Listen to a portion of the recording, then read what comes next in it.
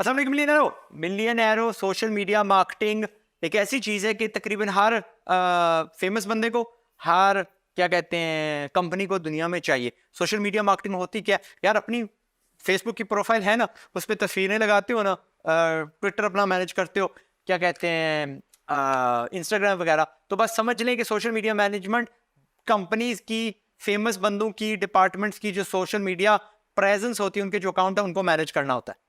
आपको ग्राफिक्स बना के पोस्ट करनी होंगी, आपको कुछ वहाँ पे लिखना होगा, आपको वो सारी स्केड्यूल करनी होंगी, इसको बोलते हैं सोशल मीडिया मैनेजर। और बहुत सारी कंपनियां हैं जिनको नहीं पता किस तरह की जाती है ये सारी चीज़ें। आज मैं आपको सिखा रहा हूँ, सीखें एंड छा जाए इंशाल्लाह। All the best. यहाँ पाकिस्तान में बैठ के फॉरेन कंपनीज के लिए काम करें, डॉलर्स में पैसा कमाएं। अस्सलाम वालेकुम एवरीवन। सोशल मीडिया मैनेजमेंट क्यों ज़रूरी है और आपको ये क्यों सीखना चाहिए? इस पूरे सोशल मीडिया मैनेजमेंट कोर्स में हम लोग बहुत सी चीज़ें कवर करेंगे। इसमें हम सोशल मीडिया मैनेजमेंट की बेसिक कवर करेंगे, साथ हम ये कवर करेंगे कि आप कैसे किसी ब्रांड के लिए उनका कंटेंट बना सकते हैं। इसके साथ हम ये भी सीखेंगे कि आप कैसे एक पीस ऑफ कंटेंट से अनलिमिटेड पीस ऑफ कंटेंट बना सकते हैं। इस कोर्स में हम थोड़ी सी कंटेंट एसईओ को भी कवर करेंगे और चीज़ें लाइक एनालिटिक्स और इंगेजमेंट को भी हम कवर करेंगे। At the end of this course हम लोग ये भी डिस्कस करेंगे कि कैसे आप लोग जॉब्स फाइंड कर सकते हैं अपनी इस कोर्स को करने के बाद, किन डिफरेंट प्लेटफॉर्म्स पर आपको अपने अकाउंट्स बनाने चाहिए और आप अपना पोर्टफोलियो कैसे बिल्ड करेंगे। So let's start the course. So welcome to first class of social media management course. सबसे पहला सवाल कि कोई पर्सन सोशल मीडिया मैनेजर को क्यों हायर करेगा? द मेन रीज़न, कोई भी क्लाइंट या ब्रांड एक सोशल मीडिया मैनेजर को इसलिए हायर करेगा कि वो खुद बैठकर रोज़ कॉन्स्टेंटली पोस्ट नहीं कर सकते। उनको कोई पर्सन चाहिए जो उनके ये सोशल मीडिया, तमाम सोशल मीडिया हैंडल कर सके। इसी तरह जैसे डिफरेंट ब्रांड्स हो गए एंड डिफरेंट गवर्नमेंट अकाउंट्स हो गए, वो खुद बैठ के रोज़ पोस्ट नहीं कर सकते। उन्हें लोग चाहिए जो उनके बिहाफ पे पोस्टिंग करें, जो उनकी ब्रांड थीम को और जो ब्रांड उनका आइडिया है उसको आगे डिस्ट्रीब्यूट करने में उनकी हेल्प करें। उनको जो लोग चाहिए उन लोगों को कहते हैं social media managers. Social media managers का मेन काम ही यही है, किसी भी एक ब्रांड या किसी एक क्लाइंट का पूरा सोशल मीडिया खुद मैनेज कर लेना, ताकि वो अपने तमाम बिजनेस उन डिफरेंट बिजनेस पे फोकस कर सके जिसकी उनको ज़्यादा ज़रूरत है। एडिडास की एग्जांपल ले लेते हैं, नाइक की एग्जांपल ले लेते हैं। वो सोशल मीडिया मैनेजर्स को क्यों हायर करते हैं?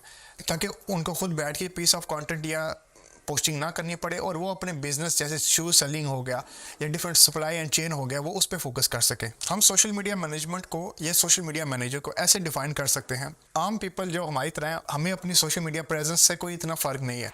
मैं साल में एक दफ़ा पोस्ट करूं या 10 दफ़ा पोस्ट करूं, मुझे इतना फ़र्क नहीं पड़ता। लेकिन एक ब्रांड है, जैसे फॉर एग्जांपल ELO है, एडिडास है, नाइक है, कोलगेट है, अगर ब्रांड्स कॉन्स्टेंटली पोस्ट ना करें तो इनका कंपटीशन इनसे आगे निकल जाएगा। तो अपनी फील्ड में रहने के लिए और कम्पिटिटिव रहने के लिए ये लोग सोशल मीडिया मैनेजर्स हायर करते हैं, जिनका सोल काम यही होता है कि कंटेंट जनरेट करना और उन कंटेंट को आगे डिस्ट्रीब्यूट करना, ताकि इनकी ऑनलाइन प्रेजेंस बनी रहे। अब मैं आपको चंद एग्जांपल दूंगा डिफरेंट टाइप्स ऑफ प्रोफाइल की। फॉर एग्जांपल एक मैन्युफैक्चरिंग फैसिलिटी की एग्जांपल ले लेते हैं। तो as a social media manager आप कैसे उस मैन्युफैक्चरिंग फैसिलिटी के लिए कंटेंट आइडिया जनरेट कर सकते हैं? फॉर एग्जांपल आप उनके बिहाइंड द सीन दिखा सकते हैं, आप उनके प्रोडक्ट मेकिंग प्रोसेस दिखा सकते हैं कि कैसे, फॉर एग्जांपल ये माउस है, तो जो कंपनी ये माउस बना रही है, ये माउस कैसे बनता है, इसकी मोल्डिंग आप उनको एज अ वीडियो फॉर्मेट में शो कर सकते हैं। आप शॉर्ट्स बना सकते हैं, आप उस मैन्युफैक्चरिंग फैसिलिटी या ओनर का इंटरव्यू ले सकते हैं, आप उनके कस्टमर्स का रिव्यू पब्लिश कर सकते हैं, ताकि और ज़्यादा लोग उस ब्रांड की तरफ अट्रैक्ट हो और उन एक ऑनलाइन प्रेजेंस उनकी बिल्ड होती जाए। आप इसी तरह उनके अपकमिंग जो नए प्रोडक्ट उनके आने वाले हैं, आप उन प्रोडक्ट के बारे में अवाम में आगाही फैला सकते हैं। इसी तरह आप उस मैन्युफैक्चरिंग कंपनी के जो मेन अकम्पलिशमेंट्स हैं, लाइक अगर उन्हें कोई बहुत बड़ा कॉन्ट्रैक्ट मिल गया, फॉर एग्जांपल अगर सेलकोर की कोई कंपनी है और उसे एडिडास के साथ कोई कॉन्ट्रैक्ट मिल गया, तो आप इस कॉन्ट्रैक्ट के बारे में, ज़ाहिर बात आप इसको पूरा डिस्क्लोज तो नहीं कर सकते, लेकिन उसको एज अ प्रमोशनल कंटेंट अपने उस ब्रांड के लिए एक पॉजिटिव चीज़ के तौर पर पेश कर सकते हैं। चलें हम एक और एग्जांपल लेते हैं। वो एग्जांपल लेते हैं सोशल मीडिया इन्फ्लुएंसर्स की। आपको पता है पाकिस्तान में बहुत बड़े बड़े सोशल मीडिया इन्फ्लुएंसर मौजूद हैं। तो जो एक सोशल मीडिया मैनेजर है वो उनकी किस तरह हेल्प कर सकता है? वो उनकी हेल्प इस तरह कर सकता है कि वो उनके बिहाफ पे ऐसी पोस्टिंग करे जिससे ये होगा कि वो नई ऑडियंस को रीच करेगा और ज़्यादा बड़ी ऑडियंस को रीच करेगा। तो आप अल्टीमेटली आप उस पर्सन की हेल्प कर रहे हैं ताकि वो अपना जो पर्सनल ब्रांड है उसको और ज़्यादा फैला सके। इसके अलावा बहुत से हमारे इन्फ्लुएंसर्स अपनी मर्चेंडाइज लॉन्च करते हैं, तो आप क्या कर सकते हैं, आप उनके मर्चेंडाइज के लिए कस्टमर बेस नई बना सकते हैं, ताकि जब वो मर्चेंडाइज लॉन्च हो तो वो सेल भी हो। फॉर एग्जांपल कोई एक पाकिस्तानी इन्फ्लुएंसर है जिसका मेन जो काम है वो है यूट्यूब पे पोस्टिंग, तो आप क्या कर सकते हैं, आप उसके यूट्यूब का वो कंटेंट उठाएं उसको शॉर्ट फॉर्म में कन्वर्ट करें और उसको डिफरेंट प्लेटफॉर्म जैसे इंस्टाग्राम रील्स हो गया, फेसबुक रील्स हो गया, आप टिकटॉक हो गया, स्नैपचैट की स्टोरीज हो गया, तो आप उन 4-5 जगह पे उसका कंटेंट फैला सकते हैं। आप पिंटरेस्ट पे उसका कंटेंट डाल सकते हैं। आप वो यूट्यूब की मेन वीडियो उठा के उसी वीडियो को आप फेसबुक पे पोस्ट कर सकते हैं। अब ज़ाहिर बात है, अब जो एक बंदा रोज़ की वीडियोस बनाता है, कोई भी फॉर एग्जांपल मुज़म्मिल हसन ले लें, वो कंटेंट पोस्ट करते हैं मेनली यूट्यूब पे।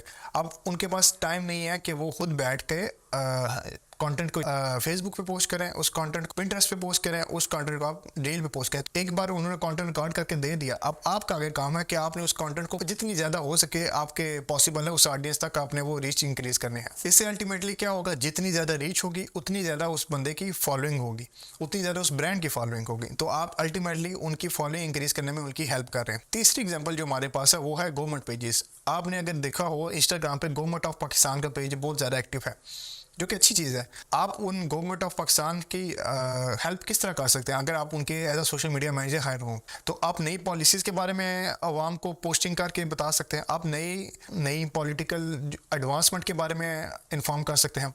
आप लोकल या इंटरनेशनल कोई भी अगर इशू है, आप उस बारे में ऑडियंस को इन्फॉर्म कर सकते हैं। तो इस तरह आप एक गवर्नमेंट पेज की हेल्प कर सकते हैं। तो ये मैंने 3 आपको example they the. In example से आपको थोड़ा सा आइडिया हो गया होगा कि डिफरेंट निशेस और डिफरेंट फील्ड के पेजेस की आप किस तरह हेल्प कर सकते हैं। तो अब बात करते हैं scope of social media management के। अगर आपने ये सीख ली तो इसमें आपके आगे फ्यूचर अपॉर्चुनिटीज़ क्या है आपके लिए। तो ये देखें, हर साल हज़ारों ब्रांड्स लॉन्च होते हैं, अपनी सोशल प्रेजेंस बनाना स्टार्ट करते हैं। कोई भी पर्सन अकेले बैठ के खुद हर सोशल मीडिया प्लेटफॉर्म पे अपने आप को ग्रो नहीं कर सकता, वो किसी एक या दो पे खुद को ग्रो कर सकते हैं। यहाँ पे आप उनकी हेल्प करने के लिए आ सकते हैं। देखिए, जहाँ पे डिमांड होती है वहाँ पे सप्लाई होती है। जब तक डिमांड रहेगी, जब तक लोग अपनी सोशल प्रेजेंस बनाते रहेंगे, जब तक लोग नए ब्रांड लॉन्च करते रहें, तब तक सोशल मीडिया मैनेजर्स की उनको ज़रूरत पड़ती रहेगी, क्योंकि उन्हें लीड जनरेशन चाहिए, उन्हें चाहिए सेल्स चाहिए, उन्हें चाहिए नए कस्टमर्स, उन्हें अपनी रीच बढ़ाने की ज़रूरत है, उन्हें अपने उस ब्रांड की जो आइडिया है, जो आइडियोलॉजी है, उसको आवाम तक पहुंचाने के लिए लोग चाहिए। तो इसलिए इसका काफ़ी ज़्यादा स्कोप है अगर आप इसको सही तरह सीख लें। और वैसे भी ये कोई मुश्किल चीज़ नहीं है, अगर आपने ये सीख ली तो ये ज़िंदगी भर आपका साथ देगी। कुछ और पॉइंट्स जो स्कोप या future of social media manager को एक्सप्लेन करते हैं वो मैंने यहाँ पर लिखे हुए, मैं आपको पढ़ के सुना देता हूँ। Increase brand awareness. Brand awareness का क्या मतलब है? आप लोगों को पता होगा, आई एम प्रीटी श्योर कि अगर कोई सस्ते कपड़ों की या अफोर्डेबल कपड़ों की बात करें तो आपके ज़हन में कौन सा ब्रांड आता है? ELO। इसी तरह humanise their brand. For example, अगर KFC का जिक्र किया जाए तो KFC के सोच के आपके बारे में जहन में क्या आता है? आपके जहन में वो एक अंकल की तस्वीर आती है। तो इस तरह देखें, उन्होंने एक पर्सन को अपने ब्रांड से ऐसे लिंक किया कि आप कोई भी KFC का जिक्र करें ना, तो आपको उस KFC के फाउंडर की तस्वीर अपने जहन में नज़र आ जाती है। Establish their brand as a thought leader. For example, आपको एप्पल का तो पता होगा कि एप्पल नॉर्मली जो अवाम है ना एक प्रीमियम सेगमेंट में समझती है, और वो उसको हर चीज़ में, हर फील्ड में एक लीडर समझती है। जैसे अभी उन्होंने एक डायनेमिक आईलैंड लॉन्च किया, तो अब फ्यूचर में और तेरा एंड्रॉयड फ़ोन उनको कॉपी करेंगे, तो वो ऐसा लीडर के तौर पे खुद को प्रेजेंट करते हैं। इसी तरह रिमाइंड ऑफ देयर प्रेजेंस, ताकि वो कंपटीशन में डाई आउट ना हो जाए। मोर सेल्स और मोर लीड्स भी उनके लिए एक इम्पोर्टेंट पॉइंट है, फैक्टर है। इसी तरह कस्टमर का फीडबैक लेके वो किस तरह अपने शूज़ वगैरह का डिज़ाइन इंप्रूव कर सकते हैं। अगर कोई शूज़ का ब्रांड है जैसे नाइक हो गया, एंडियोर हो गया, तो वो कस्टमर से जब फीडबैक लेते हैं कि आपको हमारा कौन सा जूता पसंद आया, तो ये जो फीडबैक है, ये इस फीडबैक को लेने में आप उस ब्रांड की हेल्प करते हैं। अभी मैंने थोड़ी देर पहले ELO की एग्जांपल दी थी आपको कि ELO एक पाकिस्तानी जो क्लॉथ मेकिंग ब्रांड है। तो आप देखें, आपको उसके एड्स लाजमी नजर आएंगे। अगर आप क्लॉथ का अगर थोड़ा बहुत सर्च करें ना, तो कुछ अर्से बाद आपको ना ELO के एड्स है ना, वो आपको नज़र आना स्टार्ट हो जाएंगे। तो आप ये सोचेंगे अगर ELO पोस्टिंग करना बंद कर दे, सोशल मीडिया मैनेजर ना हायर करे, कोई एक बंदा उनका बैठ के खुद सारा कुछ मैनेज करने की कोशिश करे कि मैं चलो एक्सपेंस ये वाला बचा लेता हूँ सोशल मीडिया में, तो क्या होगा? वो एक बंदा कितनी पोस्टिंग कर सकता है? आहिस्ता आहिस्ता क्या होगा कि विद टाइम अब आपके जहन में से, आपकी सोशल मीडिया में से वो ELO की जो एक इमेज है ना, वो ऐसे गायब होना स्टार्ट हो जाएगी। आपको जब ऐड ही नज़र नहीं आएंगे तो आप समझेंगे ये कंपनी ख़त्म हो गई है। ऐसे बहुत सी कंपनीज हैं जिस आपको बचपन में उनके कुछ कहीं पे प्रेजेंस नज़र आ रही होगी, लेकिन अब नज़र नहीं आती। क्योंकि वो कंपटीशन के साथ खुद को ग्रो नहीं करते, वो कंपटीशन के साथ खुद को मैच नहीं करने की कोशिश नहीं करते, तो वो डाई आउट हो जाते हैं प्रोसेस में। तो अब हम डिस्कस करते हैं डिफरेंट और main element of social media management. तो सबसे पहले आ जाती है ऑडियंस रिसर्च। तो आप मेरी स्क्रीन पे जैसे देख सकते हैं, ऑडियंस रिसर्च क्या होती है कि आपको ये फिगर आउट करना है कि आपके उस जिसके लिए आप सोशल मीडिया मैनेजमेंट का काम करेंगे उनकी मेन ऑडियंस कौन है। फॉर एग्जांपल, जैसे मैंने अभी कुछ देर पहले एग्जांपल दी थी डक्की बाई की, कि जो उनका सोशल मीडिया मैनेजर होगा ना, उसका जो मेन टारगेट होगा वो यूथ को टारगेट करना, ठीक है। वो और यूथ भी वो जो थोड़ा फ़नी कंटेंट या थोड़ा इस तरह का कंटेंट पसंद करती हो। इसकी बजाय जो मुजम्मिल हसन भाई हैं, उनका जो सोशल मीडिया मैनेजर होगा उसका काम होगा कि जो सीरियस पॉलिटिकली या इन चीज़ों में सीरियस लोग हैं ना, उनको टारगेट करना। अब यहाँ पे टारगेट ऑडियंस से क्या मुराद है? अब इस टारगेट ऑडियंस को हम एक एग्जांपल से समझते हैं। Let's understand with an example. Imagine आप एक ई कॉमर्स स्टोर के लिए काम कर रहे हैं, तो आप जो उनके ऐड रन करते हैं वो एक वास्ट मेजॉरिटी ऑफ पीपल को नज़र आते हैं। उन वास्ट मेजॉरिटी ऑफ पीपल में से सिर्फ 1 to 2% जो है वो एंड पे सेल जनरेट करते हैं। तो जो ब्रांड के लिए टारगेट ऑडियंस होगी वो पीपल होंगे जिन्होंने ऐड देखा और जो उस ऐड से आपकी वेबसाइट पे या आपके स्टोर पे आए और उन्होंने आपके वहाँ से कुछ प्रोडक्ट बाई कर लिया। नेक्स्ट टाइम जो ब्रांड पोस्टिंग करेगा, ये ऐड करेगा, तो वो इस तरह करेगा कि उन पीपल को टारगेट करे कि जिन्होंने पहली दफ़ा भी आके आपकी सेल्स जनरेट की थी, जिन्होंने आके आपके प्रोडक्ट बाई किए थे, उन्हें प्रोडक्ट अच्छा लगा तो उन्होंने बाई किया। तो ये होती है टारगेट ऑडियंस कि वो स्पेसिफिक पीपल जिनकी बेस पे आपका कंटेंट चलता है। अब टारगेट ऑडियंस को आप कैसे फाइंड कर सकते हैं किसी ब्रांड के लिए? तो यहाँ पे मैंने 4 पॉइंट लिखे हुए हैं। आप अपने कंपटीटर का एनालिसिस कर सकते हैं। आप देख सकते हैं कि वो किस तरह के लोगों को टारगेट कर रहे हैं। अब क्योंकि अगर आपका कंपटीटर भी आपकी फील्ड में है, तो जिन लोगों को वो टारगेट कर रहा है वही आपकी भी टारगेट ऑडियंस होगी। तो आप टारगेट ऑडियंस इस तरह भी फाइंड कर सकते हैं कि look at the previous customer your brand और योर क्लाइंट हैज़। आप जो आपके ओल्ड डेटा है वो आपके पास मौजूद होता है। आप उनके ओल्ड डेटा को देख सकते हैं कि किस तरह के लोग आपके कस्टमर मोस्टली बनते हैं। कुछ सर्विसेज होती हैं जो कि वुमेंस को ज़्यादा अट्रैक्ट करती हैं, जैसे ब्यूटी का निश होगी, ज़्यादा अट्रैक्ट करती है वुमेंस को एज़ कम्पेयर टू मेंस। अब मेन को मोस्टली किस तरह की निश पसंद होती है, जैसे कि शूज़ की निश होगी, क्लॉथ्स की निश होगी। तो इस तरह की निश आपको ये डिफरेंशिएशन करना आना चाहिए कि ये जो हमारा ब्रांड है, ये जो मेरा क्लाइंट है, इसकी जो टारगेट ऑडियंस है वो किस तरह की होगी, वो कौन सी टारगेट ऑडियंस ज़्यादा होगी। तो ये आप उनके पुराने डेटा को भी देख के नोटिस कर सकते हैं कि women to man to women ratio क्या चीज़ है, एक्सेट्रा एक्सेट्रा। एक और मेथड आप टारगेट ऑडियंस फाइंड करने का कि आप ये नोटिस कर सकते हैं कि जो आपकी ब्रांड है वो आपके लोकल कस्टमर्स को ज़्यादा, क्लाइंट्स को ज़्यादा टारगेट कर रहा है, ज़्यादा हेल्प कर रहा है या इंटरनेशनल को। अब मैं आपसे एक क्वेश्चन पूछता हूँ। आपको मारियम भी ब्रांड का तो पता होगा, पाकिस्तानी एक फीमेल क्लॉथिंग का ब्रांड है। तो जो उसकी टारगेट ऑडियंस होगी वो कौन सी होगी? आप कमेंट में नीचे बता सकते हैं, वो मेल होगी, फीमेल होगी या चिल्ड्रन होंगे। तो ये आपको, अगर आपको इस तरह डिफ्रेंशिएशन करना आ जाए कि ये जो टारगेट ऑडियंस है मेरी, ये मेरे ब्रांड की, ये कौन सी होगी, तो फिर आपका आधा काम आसान हो जाता है।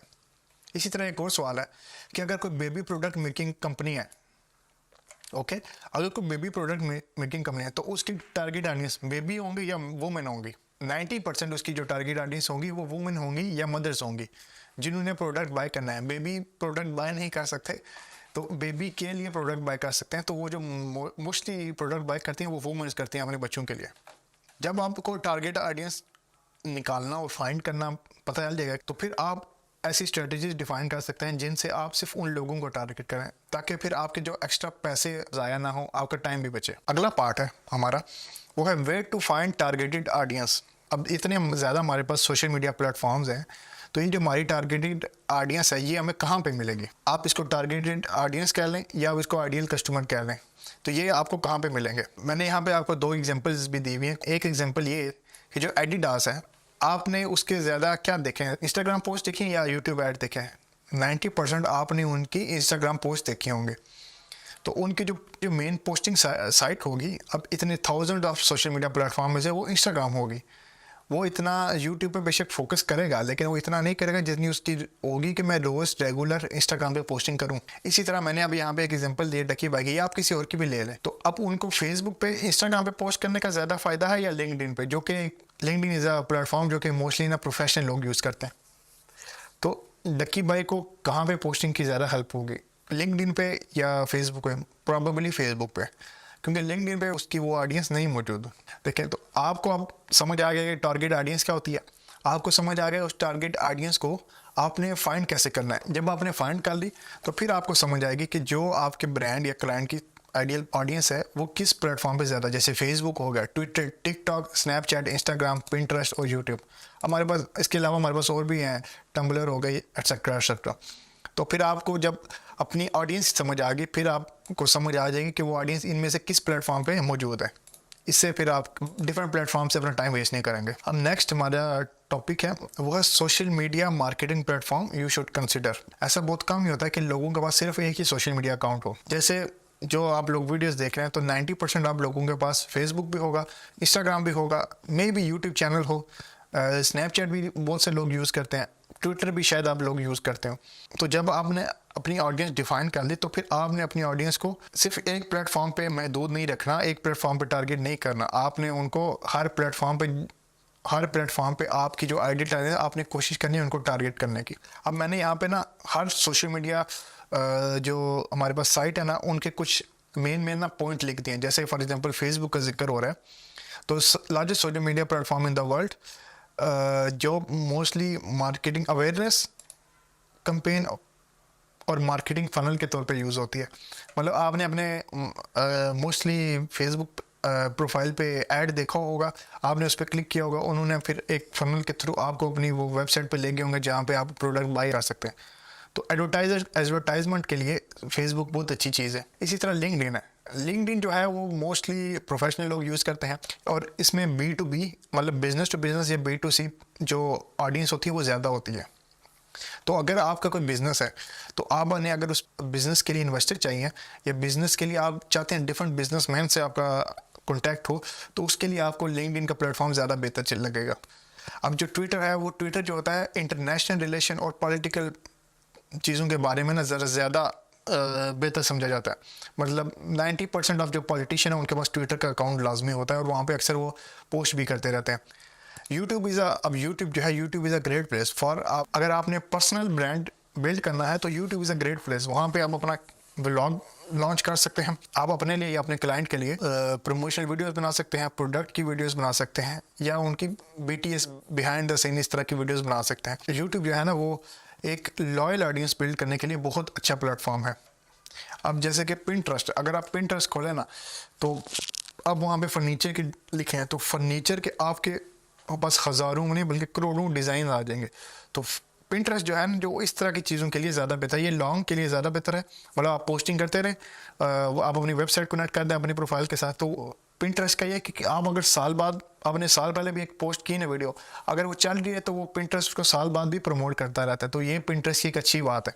आपको इस तरह ना डिफरेंट प्लेटफॉर्म का डिफरेंस पता होना चाहिए। इंस्टाग्राम जो है ना वो मोस्टली इसके आई थिंक रफली 2 बिलियन मंथली यूजर्स है, लेकिन जो इसके मोस्टली यूजर्स है ना और ऑडियंस वो है यंग पीपल। और इंस्टाग्राम का ज़्यादा डेप्थ में जाने की जरूरत नहीं, आपको पता होगा। ये ऊपर वाले 5 से 6 सोशल मीडिया पे अगर आपको डिफरेंस पता चल जाए इनका और आप अगर इन पे अपने टारगेट ऑडियंस फाइंड करना सीख जाएं तो आपके लिए बहुत ज़्यादा हेल्प हो जाएगा। अब जो हमारा अगला पॉइंट है वो है ब्रांड थीम क्रिएशन। ये वाला जो पार्ट होने वाला है ये हमारा थोड़ा सा प्रैक्टिकल पार्ट होगा। इस पार्ट में हम लोग प्रैक्टिकल करना सीखेंगे, थोड़ा सा बेसिक्स कुछ टूल्स की सीखेंगे। और ये पार्ट मोस्टली आपका उस जगह पे हेल्पफुल होगा जहाँ पे अगर कोई ब्रांड आपको हायर करे तो वो नया ब्रांड हो और उन्होंने अभी अपनी सोशल प्रेजेंस उस तरह की बिल्ड ना की हो। एक होता है जो एस्टेब्लिश थोड़ा ब्रांड होता है, एक होता है जो स्टार्टिंग आउट पे हैं, जो न्यू है, जिन्होंने अभी अपनी चीज़ें अभी उन्होंने अपने डिफ़ाइन नहीं की कि उनकी थीम कौन सी होगी, उनकी डिफरेंट पोस्टिंग स्ट्रेटजीज़ क्या होगी, डिफरेंट चीज़ें। तो ये जो है ना ये वाला पार्ट ये उन लोगों के लिए ज़्यादा हेल्पफुल है जो किसी ऐसे ब्रांड या पर्सन के लिए काम करने हैं जो अभी स्टार्ट कर रहे हैं। तो आइए हम थोड़ा सा इसका देख लेते हैं। ये आप इसको पढ़ भी सकते हैं और आपको समझ भी आ जाए कि ये मोस्टली उन लोगों के लिए स्टार्ट कर रहे हैं और अभी उन्होंने अपनी चीज़ें उस तरह की डिफ़ाइन नहीं की हुई। ब्रांड थीम क्या होती है? तो ब्रांड थीम मैं आपको एक एग्जांपल से समझाता हूँ। अगर मैं आपसे कहूँ कोलगेट, तो कोलगेट से आपके जहन में क्या चीज़ आ रही है, कौन सा कलर आ रहा है? Red colour. तो कोलगेट ने अपनी ब्रांड थीम अपनी थीम इस तरह बनाई है कि वो जहाँ पे भी पोस्ट करें, फेसबुक हो गया, इंस्टाग्राम, ट्विटर, लिंक्डइन या किसी प्लेटफॉर्म पे भी पोस्ट करें ना, तो अगर वो रेड कलर है तो आपको समझ आता है कि ये चाहिए कोलगेट है। सो कोलगेट ने ये जो अपनी ब्रांड थीम इतनी स्ट्रॉन्ग कर ली है कि रेड कलर एसोसिएटेड या कोलगेट के साथ एसोसिएट कर लिया जाता है। आपको टूथपेस्ट का ऐड नजर आए या पोस्ट नजर आए और उसमें रेड कलर नजर आए तो आपको समझ आ जाए कि ये किसका है, ये है कोलगेट। इसी तरह एक और एग्जांपल लेते हैं मैकडोनल्ड की। मैकडोनल्ड की ब्रांड थीम क्या है, येलो सा एम है। तो अगर आपको खाने की कोई ऐसे पोस्ट नजर आए और उसमें आपको जो कलर येलो यूज हो तो आपको ऐसे जहन में लगने लगता है कि अच्छा ये मैकडोनल्ड का हो। तो देखिए ये होती है ब्रांड थीम कि आप बस उसकी कोई पोस्ट देखें तो आपको समझ आ जाए, आपके उस कलर से या उस थीम से आपके जहन में ये बात आ जाए कि ये किस ब्रांड की थीम है। अब ये different elements of brand theme होते हैं। सबसे पहले होता है कलर थीम। कलर की मैंने जो भी आपको कोलगेट की एग्जांपल दी, मैंने मैकडोनल्ड की दी, आप KFC की एग्जांपल भी सेम है, रेड कलर। खाने का अगर फ्राइड चिकन हो और उसमें बैकग्राउंड पे रेड कलर हो तो आपको समझ आ जाए अच्छा ये KFC का हो सकता है। फ़ॉन्ट से अब आपको अगर टिल्टेड एक ऐसे बोर्ड पे किसी भी एक जूते पे एक टिल्टेड ऐसे कुछ दूर से ऐसा ना लिखा नज़र आ तो आपको समझ आता है कि अच्छा ये एडिडास हो सकता है या ये नाइक हो सकता है। तो ये देखिए ये आपके ना जहन में इस तरह चीज़ें बैठ गई कि ये अगर टिल्टेड टेक्स्ट लिखा हुआ है, टाइपोग्राफी है, तो ये एडिडास का होगा, ये नाइक का होगा। या अगर टिक बना हुआ है तो नाइक का होगा। ये दूर से आपको फ़ॉन्ट देख के भी समझ आ जाती है। इसी तरह लोगो सिलेक्शन, कि जो लोगो है, लोगो देख के आपको उस ब्रांड का पूरा इमेज जहन में आ जाता है। आपको मुझे जैसे एग्जांपल देने की ज़रूरत नहीं है। जैसे कैमरा में कैनन लिखा होगा तो आपको समझ आएगा, कैनन आप सिर्फ अगर लफ्ज़ पढ़ेंगे तो आपको समझ आएगी कि ये कैमरे का ब्रांड है। इसी तरह अगर नाइक लिखा है तो नाइक का समझ क्या देख के आपको समझ आ जाएगी कि ये एक जूतों का ब्रांड है। एप्पल का लोगो देख के आपको समझ आएगी कि ये इलेक्ट्रॉनिक मोबाइल मेकिंग कंपनी। तो आपको ये जहन में आपके पूरे जहन में ना उस ब्रांड की इमेज आ जाती है। तो इसको कहते हैं ब्रांड सिलेक्शन। इस तरह करना कि वो आपको एक्सप्लेन करने की ज़रूरत भी ना पड़े और जो एंड कस्टमर देखे ना तो उसको सब कुछ समझ भी आ जाए। अभी क्वेश्चन थीम का जिक्र कर रहे थे, कोलगेट की मैंने आपको एग्जांपल दी थी कि वो रेड कलर जहाँ पे देखेंगे आपको समझ आ रही है कि ये कोलगेट है। इसी तरह KFC का भी जिक्र मैंने कर दिया था। आगे चलते हैं। अभी देखें यहाँ पे मैंने आपको ना कोलगेट की एग्जांपल दिया और कोलगेट का देखें लोगो में रेड कलर है और जो इन्होंने अपनी हाईलाइट्स इंस्टाग्राम के यूज़ किया वहाँ पे भी उन्होंने रेड कलर यूज़ किया। इसी तरह आपने जो जो पोस्ट है ना उसमें एक रेड कलर का एक एलिमेंट होना लाजमी है। आप इसी तरह और डिफरेंट पेजेस को स्टडी कर सकते हैं। जब आपको स्टडी करना आ जाए, आपका क्लाइंट जो है, ये जो आपका बिजनेस ब्रांड है जिसने आपको हायर किया है, वो किस थीम को फॉलो कर रहा है, तो आपका भी काम है कि आपने उस थीम को फॉलो करना, अनलेस वो अगर चेंज करें तो। अब मैंने शुरू में जिक्र किया था कि जो हम ये वाला सेक्शन है ये उन लोगों के लिए ज़्यादा बेहतर है जिन ब्रांड के लिए वो काम करें, जिन क्लाइंट के लिए वो काम करें, वो उन्होंने अभी अपनी प्रेजेंस उस तरह बिल्ड नहीं की। तो यहाँ पे मैंने कुछ इंपॉर्टेंट पॉइंट लिखे हैं जो आपको जहन में लाजमी रखने हैं। First of all, don't copy. आपने किसी दूसरे को कॉपी नहीं करना। अगर फॉर एग्जांपल उनके पास ग्राफिक डिज़ाइनर की कोई टीम नहीं है या कोई ग्राफिक डिज़ाइनर नहीं है, तो अगर आपके पास ये एक्स्ट्रा स्किल हो गई कि आपको फोटोशॉप चलाना आ जाए, कैनवा चलाना आ जाए या प्रीमियर प्रो आना चाहिए चलाना आ जाए, तो वो आपकी वैल्यू बढ़ जाएगी। तो उसका आपको लॉन्ग टर्म में भी फ़ायदा होगा। समझ गैस करते हैं कि एक ब्रांड है जिसने आपको हायर किया लेकिन उसके पास अभी तक कोई ग्राफिक डिज़ाइनर नहीं है, तो वो क्या करेंगे? तो अब या तो आप वेट कर सकते हैं कि आप कोई वो ग्राफिक डिज़ाइनर हायर करें, या अगर आपको बेसिक पता है जो कि मैंने आपको अगर थोड़ी ना सिखाऊंगा तो डिफरेंट टूल्स की, तो अगर आप गुजारा करा सकते हैं तो आप एक स्टार्ट करा दें उनको, फिर वो आगे प्रोफेशनल लोगों को हायर करके ना उसको फाइन ट्यून कर सकते हैं और उसको ना ऐसे बिल्कुल प्रीमियम वगैरह लुक दे सकते हैं। तो अगर आपने करना तो फर्स्ट ऑफ ऑल आपने किसी को कॉपी नहीं करना।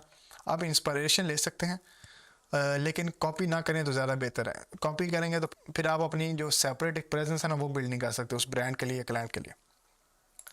इसी तरह डिज़ाइन को सिंपल रखें, मिनिमल रखें, और जो फ़ॉन्ट्स आपने यूज़ करने हैं, फॉर एग्जांपल एक अगर आपका मेन लोगो का फ़ॉन्ट है, टाइपोग्राफी का लोगो है आपका, नाइक लिखा हुआ है, तो नीचे जो आपने लिखा है ना जस्ट डू इट, तो उसका टेक्स्ट आपने ये नहीं करना कि जस्ट जो है वो पॉपिन्स हो, उसके अगर डू इट है वो सैन सेरिफ में निकल जाए, वो ऐसे कॉमिक सेंस, मतलब 4-5 आपने फ़ॉन्ट मिक्स नहीं करना है। अगर आपको डिज़ाइन करने की ज़रूरत पड़ी आ जाए 2 फ़ॉन्ट्स आपने यूज़ करने हैं। आपने कलर पैलेट लाजमी बनाना है। कलर पैलेट से वही जो मैं बता रहा था कि रेड कलर, अच्छा रेड का भी अगर 50,000 शेड्स हैं तो आपने कौन सा शेड यूज़ किया, वो जो हेक्स कोड है आपने वो भी अगर बनाना है तो आपको पता होना चाहिए कि जो मैं इस ब्रांड के लिए ये चीज़ बनाने लगा हूँ तो ये जो कलर कोड है ये कौन सा कलर कोड यूज़ होगा, ताकि जो भी जैसे हमारे यहाँ पे आज़ाद भाई के जो यूज़ होता है येलो का एक वो स्पेसिफिक कलर यूज़, वो जो कलर है ना हमारा येलो, वो हमारे डिफरेंट प्लेटफॉर्म पे यूज़ होता है, लेकिन डिफरेंट प्लेटफॉर्म पे हमारे कंटेंट जाता है लेकिन कलर वो सेम यूज़ होता है। वो येलो वाला। सेम थीम आपने बिल्ड करनी है अक्रॉस द प्लेटफॉर्म, जिससे एक स्ट्रॉन्ग ब्रांड की ना प्रेजेंस बन जाती है, फिर आपको compete नहीं कर सकता। अभी जो हमारा अगला सेक्शन आएगा वो होगा इमेज कंटेंट क्रिएशन। तो इसमें क्या होगा, मैं आपको थोड़ा सा बेसिक स्टार्ट करूँगा। तो अगर इसको बिल्कुल आपने परफेक्ट करना है तो हमारे आज़ाद भाई के चैनल पे ही ना एक ग्राफिक डिज़ाइन का कोर्स आ जाएगा, वो आप देख लीजिएगा। Welcome to image content creation. अच्छा, जो ये कोर्स, ये वाला हमारा सेक्शन है, इस सेक्शन में हम समझ लें आप एक अपने ब्रांड या क्लाइंट के लिए एक इमेज बनाना सीखेंगे इंस्टाग्राम के साइज़ के लिए। आप इसके प्री बिल्ट टेम्पलेट यूज़ कर सकते हैं कैनवा से, या आपको मैं थोड़ा सा फोटोशॉप का बेसिक भी बता दूंगा ताकि उससे ना आपको थोड़ी सी हेल्प हो जाए। तो आइए स्क्रीन पे देखते हैं। तो देखें, यहाँ पे हम फोटोशॉप का अभी खोलेंगे तो फोटोशॉप आप डाउनलोड कर लें, आपको मिल जाएगा। यहाँ पे हम करेंगे क्रिएट नो। तो जो इंस्टाग्राम का साइज़ है वो है 1080 विड्थ पिक्सल्स, और हाइट इसकी दो है, एक है 1080 वाली और एक है 1350 वाली। ठीक है, तो मोस्टली हम 1080 यूज़ करते हैं दोनों, ताकि एक स्क्वायर इमेज मिले। रेजोल्यूशन 72 ठीक है। पिक्सल ये क्रिएट, ये हमारे पास कैनवास आ गया। हमारे लेफ़्ट साइड पे आपको ये टूल बार नज़र आ रहा होगा। ओके, ये हमारे पास टूल बार है। इसी तरह हमारे पास ये ऊपर है ना, यहाँ पे प्रॉपर्टीज़ एंड डिफरेंट, ये देखिए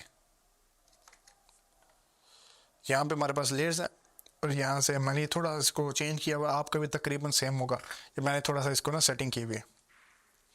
अब हम चाहते हैं, हम एग्जांपल लेते हैं, इंस्टाग्राम खोलते हैं।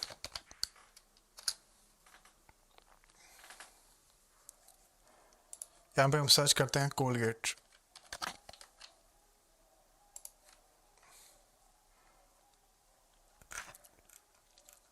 अब हम ना कोलगेट के लिए एक पोस्ट बनाते हैं इस फोटोशॉप में, फिर हम ये पोस्ट बनाएंगे कैनवा में। तो आपको ना ज़रा ऐसे टूल्स की ना चलाने की थोड़ा सा बेसिक पता हो। जिनके लिए, जिनको पता है ये, वो तो बेशक ये पार्ट स्किप कर लें, उनकी अपनी मर्ज़ी है। जिनको नहीं पता वो फिर देखते रहें, उनको समझ आ जाएगा। तो हम कोलगेट की क्या थीम नोटिस करें, रेड कलर, उनका लोगो, और फिर इमेज और टेक्स्ट, चार चीज़ें, रेड कलर, उनका लोगो, इमेज और टेक्स्ट। तो फिर हम करते हैं, इमेज हम ढूंढ सकते हैं अनस्प्लैश से फ्री यूज़ करने के, या पिक्सल से। तो कुछ भी देख लेते हैं, यहाँ पे चैट जीपीटी देखें। तो ये हमें ना एक टेक्स्ट जनरेट करके दे रहा है। अब हम इसको ब्रश अप योर स्माइल, इसको हम टेक्स्ट कॉपी कर ले, और हमने यहाँ पे टी प्रेस करके हम यहाँ पे एक स्क्वायर ड्रॉ करेंगे, और उसमें हम टेक्स्ट पेस्ट कर देंगे। इसका साइज़ हम 60 कर लेते हैं अभी स्टार्ट के लिए। साथ साथ हम देखे जाते हैं कि कोलगेट ने क्या चीज़ यूज़ किया। आई थिंक ये नॉर्मल जो पॉपिंस, मुझे तो नहीं है ये, मतलब बेसिक जो फोटोशॉप में प्री बिल्ट फ़ॉन्ट है उनमें से कुछ यूज़ हुआ हुआ है। तो यहाँ पे हम यूज़ कर लेते हैं पॉपिंस। ये फ्री फ़ॉन्ट अगर ये ना भी आओ तो आप डिलीट इसको इंस्टॉल कर सकते हैं। इसको ज़रा रीसाइज कर लें। अब हमारे पास टेक्स्ट आके, अब हमने एक इमेज यूज़ करनी है। अब हमारे टेक्स्ट में लिखा हुआ है brush up on a smile, तो इसका मतलब एक स्माइलिंग ना ऐसे फेस होना चाहिए। यहाँ पे मैं एक इमेज ढूंढ लेता हूँ।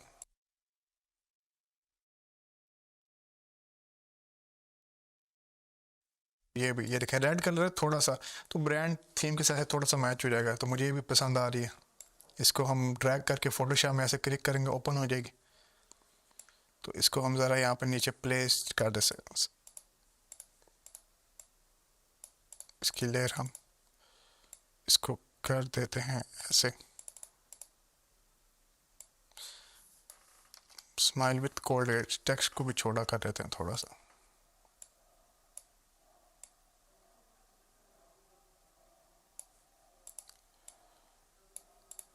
अभी जो बैकग्राउंड है इसको हम डिलीट करके यहाँ नीचे से हम एक सॉलिड करके ले आते हैं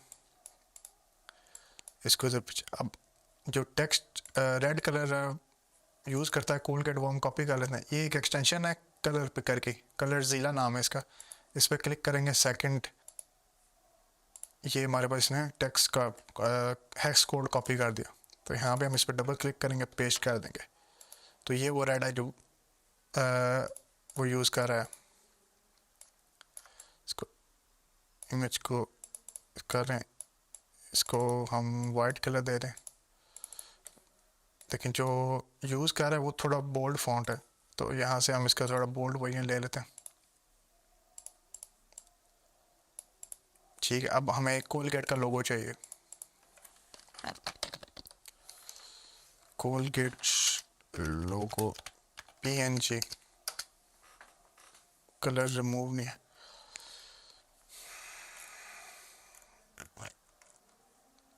इसको यहाँ से डाउनलोड करें, कुछ सेकंड वेट कर लें, ये डाउनलोड जनरेट कर रहा है।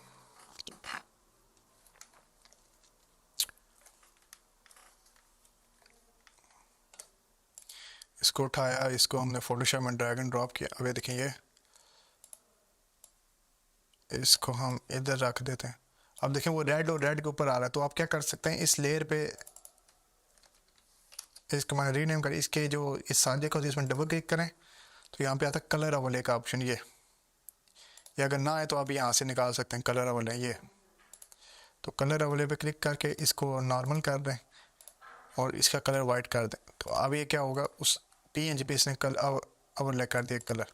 तो अब देखें, ये अगर पोस्ट देखें, ये पोस्ट अगर आपको इस तरह पोस्ट ही नज़र आई तो आपको समझ आ जाए कि अच्छा ये ना कोलगेट की इमेज है और कोलगेट का ब्रांड है। फ़ॉन्ट सारी बात, आप जो उनका ब्रांड थीम में जो वो फ़ॉन्ट यूज़ करते हैं हर जगह आप वो यूज़ करेंगे। यहाँ पे मैंने जनरल से एक पॉपिंग रखा है ताकि ना आपको जल्दी से एक इमेज बनाना ना आ जाए। इस तरह देखें ना आप कुछ भी ना मतलब उनकी ब्रांड गाइडलाइन को फॉलो करते करते ना आप उनके लिए कुछ भी बना सकते हैं। ये फ़ोटोशॉप कोई इतनी मुश्किल चीज़ नहीं है। आप अगर कोई भी ऐसे यूट्यूब देख लें, जैसे पाकिस्तान के GFX मेंटोर हैं, इंडिया के राजीव मेहता, आप अगर उनकी वीडियोस देखें तो आपको ना ये फ़ोटोशॉप चलाना आ जाएगा, कोई इतनी मुश्किल चीज़ नहीं है। वैसे सबको आनी चाहिए फ़ोटोशॉप चलाना। तो देखें, ये अब इस तरह की पोस्ट आपने आराम सुकून से 5 मिनट के अंदर ना बना ली। इस तरह आप बल्क में उनके लिए कंटेंट बना सकते हैं और उसको स्केड्यूल करते हैं। वो जिक्र आगे आएगा कि कैसे स्केड्यूल करना है, कौन से टूल यूज़ करना है, फ्री कौन से, पेड कौन से। अब हम ये चीज़ बनाते हैं कैनवा में। तो मैं कैनवा खोल लेता हूँ।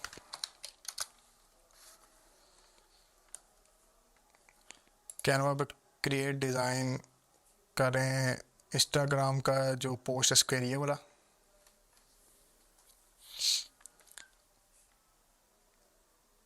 अब देखें, वो जो इमेज मैंने डाउनलोड की थी उस इमेज को मैंने ड्रॉप किया,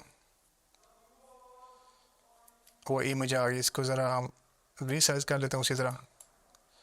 कैनवा इसलिए अच्छा है क्योंकि कैनवा एक वेब बेस्ड ब्राउज़र बेस्ड है ना, तो ये आपके PC पे ज़रा जोर नहीं डालता। अगर आपका लैपटॉप एवरेज है ना, मतलब वो बहुत ज़्यादा बर्दाश्त नहीं कर सकता लोड, तो कैनवा उसके लिए बेहतर है। अब यहाँ पे बैकग्राउंड पे क्लिक करेंगे तो ये आपको ऊपर ऑप्शन दे रहा है कलर चेंज करना है। इस पर क्लिक करें तो यहाँ पे इस पर क्लिक करें। जो हमें विंडो V प्रेस किया मैंने, विंडो V से जो आपने कॉपी पेस्ट किया होता है ना उनकी ओल्ड हिस्ट्री आपको शो हो सकती है। तो इस पर क्लिक करें और एंटर। अब ये देखें वही कलर आ गया। अब मैं टेक्स्ट पे क्लिक करता हूँ, वो मैं टेक्स्ट पेस्ट कर देता हूँ। ये टेक्स्ट था हमारा और कोलगेट तक ही रखते हैं इसको, ज़्यादा इसको लंबा नहीं करते। अब इस टेक्स्ट को ड्रैग करके ऊपर ले जाएं। अब मैं चाहता हूँ इसका कलर वाइट हो जाए, तो यहाँ से मैं इसका कलर वाइट सेलेक्ट कर लिया और यहाँ से आप उसका पॉपिंग का मेरा बोल्ड वर्जन तो इनके पास है, पॉपिंग एक्स्ट्रा बोल्ड कर लेते हैं, बोल्ड नहीं इनके पास, या मीडियम कर लें। तो आप इस तरह यहाँ से कैनवा चलाना भी कोई मुश्किल चीज़ नहीं है, लेकिन मैं आपको इसलिए सिखाया था कि जिनको लोगों को बिल्कुल भी नहीं पता ना, उनको थोड़ा सा ऐसे समझ आ जाए कि कैसे यूज़ करनी है। इस तरह आप आराम से टेक्स्ट को ना रीसाइज कर सकते हैं। और लोगों की बात है, लोगो आपने सिंपली यहाँ पर ड्रॉप किया, ये देखें रेड लोगो है।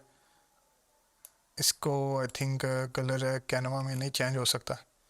आप इसका वाइट वर्जन डाउनलोड कर सकते हैं। तो कोलगेट का हम ये वाला लोगो यूज़ कर लेते हैं। देखिए परफेक्ट नहीं है अभी, आप इसको ज़हरी बात है, थोड़ा सा रिसर्च करेंगे आपको लोगो मिल जाएगा। तो इस तरह में देखें आप एक बेसिक पोस्ट कैनवा में भी बना सकते हैं और फोटोशॉप में भी बना सकते हैं। आप अभी हम इसके बाद फिग्मा कवर करेंगे। फिग्मा में भी हम ये पोस्ट बनाना सीख लेंगे। फिग्मा भी एक वेब बेस्ड ब्राउज़र है, तो मोस्टली UI UX के लिए यूज़ होता है, लेकिन आप उसमें पोस्टिंग भी कर सकते हैं। तो अब हम खोलते हैं फिग्मा। फिग्मा आप डेस्कटॉप ऐप भी यूज़ कर सकते हैं और इसका वेब ब्राउज़र भी यूज़ कर सकते हैं एडिटिंग काम के लिए अपने। तो फिग्मा खोला आपने, यहाँ पे ऊपर प्लस आइकन है, इस पर क्लिक किया। यहाँ न्यू डिज़ाइन फाइल पे क्लिक किया तो ये आपके पास एक आ गया। यहाँ से आपने एक फ्रेम ले लिया, इसको ड्रा कर लें ऐसे। इधर से आप इसकी विड्थ और हाइट देख लें 1080 1080 ओके। अब वहाँ हम दोबारा इमेज पेस्ट करेंगे। अब हम उस चाइल्ड की तरह यहाँ पर इमेज पेस्ट करेंगे। देखें तो इसको जूम आउट कर लें थोड़ा, और यहाँ से आप इसको ना थोड़ा सा रीसाइज करें। ये बिल्कुल फोटोशॉप की तरह सेम है। इसके टूल शूज, इसकी लेयर्स फोटोशॉप में यहाँ पे होती है, यहाँ पे इन्होंने लेफ्ट टॉप पे ले गए। तो इसको थोड़ा सा जूम इन कर लें। आप इसका जो बैकग्राउंड है वो फ्रेम पे इस नाम पे क्लिक करें। यहाँ पे फिल जो है ना, फिल उधर जो बैकग्राउंड है इधर फिल होता है। यहाँ पे आप वो हेक्स कोड पेस्ट करें, एंटर करें, ये वो रेड कलर आ गया, टी प्लस किया। जो जो जिस तरह फोटोशॉप है ना बेसिक, उसी तरह ही है। यहाँ पे हमने वो टेक्स्ट पेस्ट कर दिया। तो इसका साइज़ हम 60 कर देते हैं। वैसे ही इसको हम थोड़ा सा सेट कर लेते हैं। Yeah. Yeah.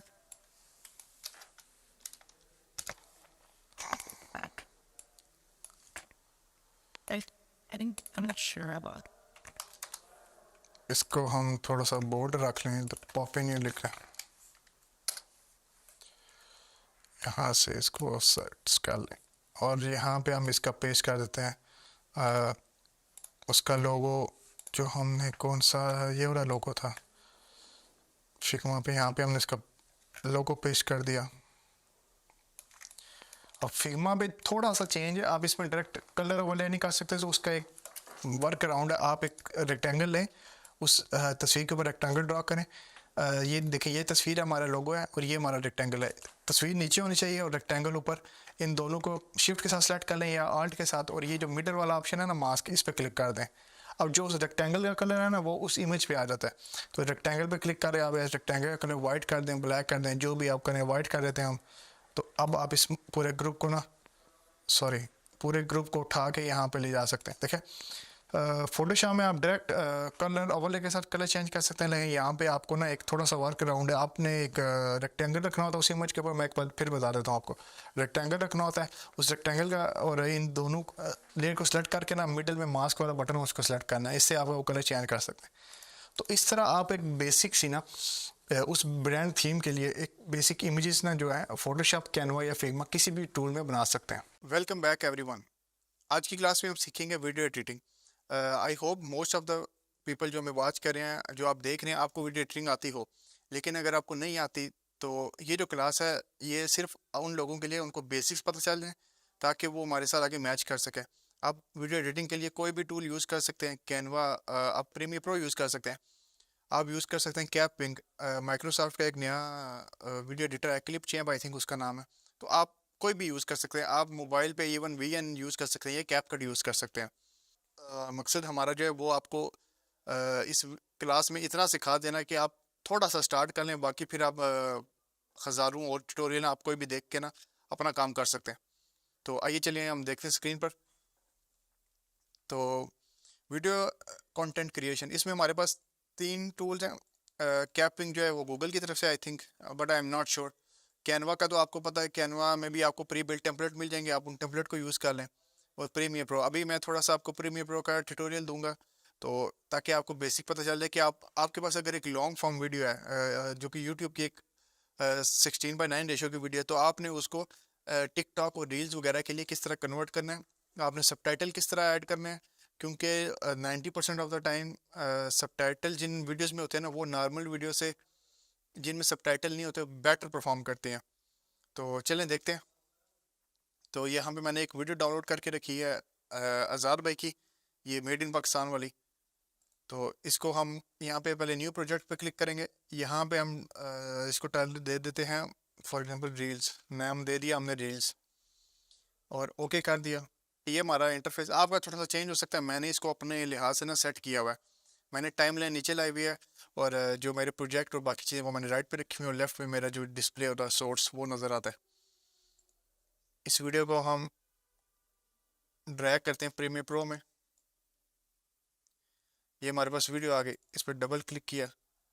अच्छा, तो यहाँ पे जो ये दो मार्क इन मार्क आउट वाले हैं ना, इनसे इनको आप यहाँ पे फॉर एग्जांपल देखें, मैं कर रहा हूँ ना मार्क इन मार्क आउट, तो फिर अगर मैं इस पे क्लिक करूँगा ना तो फिर उतना ही क्लिप आएगा जितना मैंने इसके दरमियान है। वरना अगर मैं इन राइट क्लिक करके इनको रिमूव कर दूँ क्लियर इन एंड आउट को, तो अब अगर मैं क्लिप लेके आऊँ ना तो पूरा क्लिप आएगा। आपको समझ आ गई है? तो ये होता है कि आपके पास अगर बहुत ज़्यादा क्लिप होना और उसमें छोटे छोटे क्लिप उठाने हों तो वो आप इस तरह यूज़ कर सकते हैं। अब जो रील्स और इंस्टाग्राम रील्स, फेसबुक रील्स और जो टिकटॉक वगैरह का साइज़ है वो होता है 9/16। तो उसका जो उसकी हम सेटिंग कर लेते हैं सीक्वेंस में जाके, सीक्वेंस सेटिंग। तो यहाँ पे हम इसको सेट कर देंगे, इसको उल्टा कर देंगे, 1920/1080 के बजाय 1080/1920 कर देंगे, 1080। तो ये 90 वर्टिकल में चला गया, 1920, और इसको ओके कर दिया। अब देखिए ये हमारा जो लेफ्ट साइड पे आपको नज़र आ रहा है ना, ये हमारा टिकटॉक और उसका साइज़ है। पे क्लिक करें तो आप उसको रीसाइज कर सकते हैं स्केल।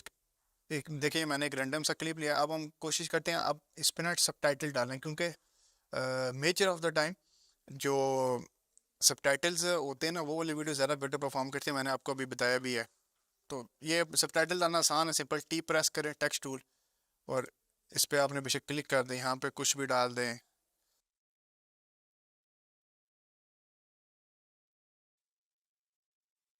यहाँ पे आके टेक्स्ट वाले पार्ट में हम इसको सेंटर अलाइन कर सकते हैं।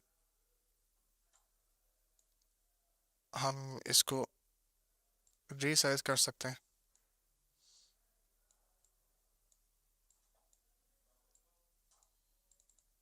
इसका कलर हम फिल येलो यूज़ कर सकते हैं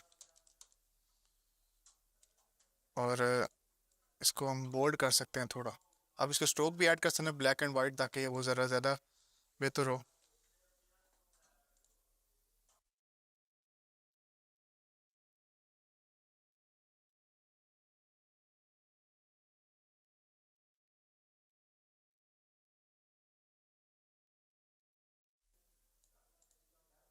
देखें ये आपको अब नज़र आ रहा है। तो इस तरह हम लोग सबटाइटल प्लेस करते हैं। आप चाहें तो यहाँ पे एक इमेज डाल के लेफ्ट साइड पे लोगो भी डाल सकते हैं।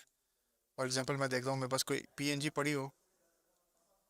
अब देखें मैं रैंडम अभी कोलगेट का लोगो डाल रहा हूँ, लेकिन मैं आपको समझाने के लिए बता रहा हूँ। तो आप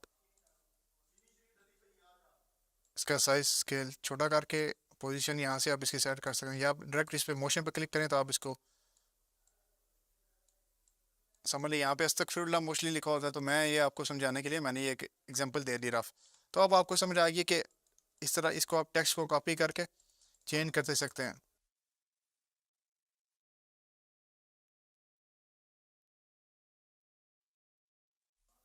इस तरह कर करके ना ऐसे आप कॉपी करते जाएं, आगे प्रेस करते जाएं, तो आपके पास पूरा ऐसे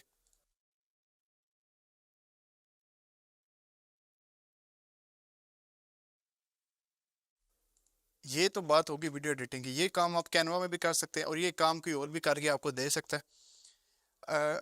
जो शॉर्ट वीडियोस में वायरल होने का जो मेन तरीका है ना, जिससे या शॉर्ट वीडियोस जो हैं जो वो आजकल बेटर परफॉर्म वो करते हैं जिनके स्टार्ट में हुक हो।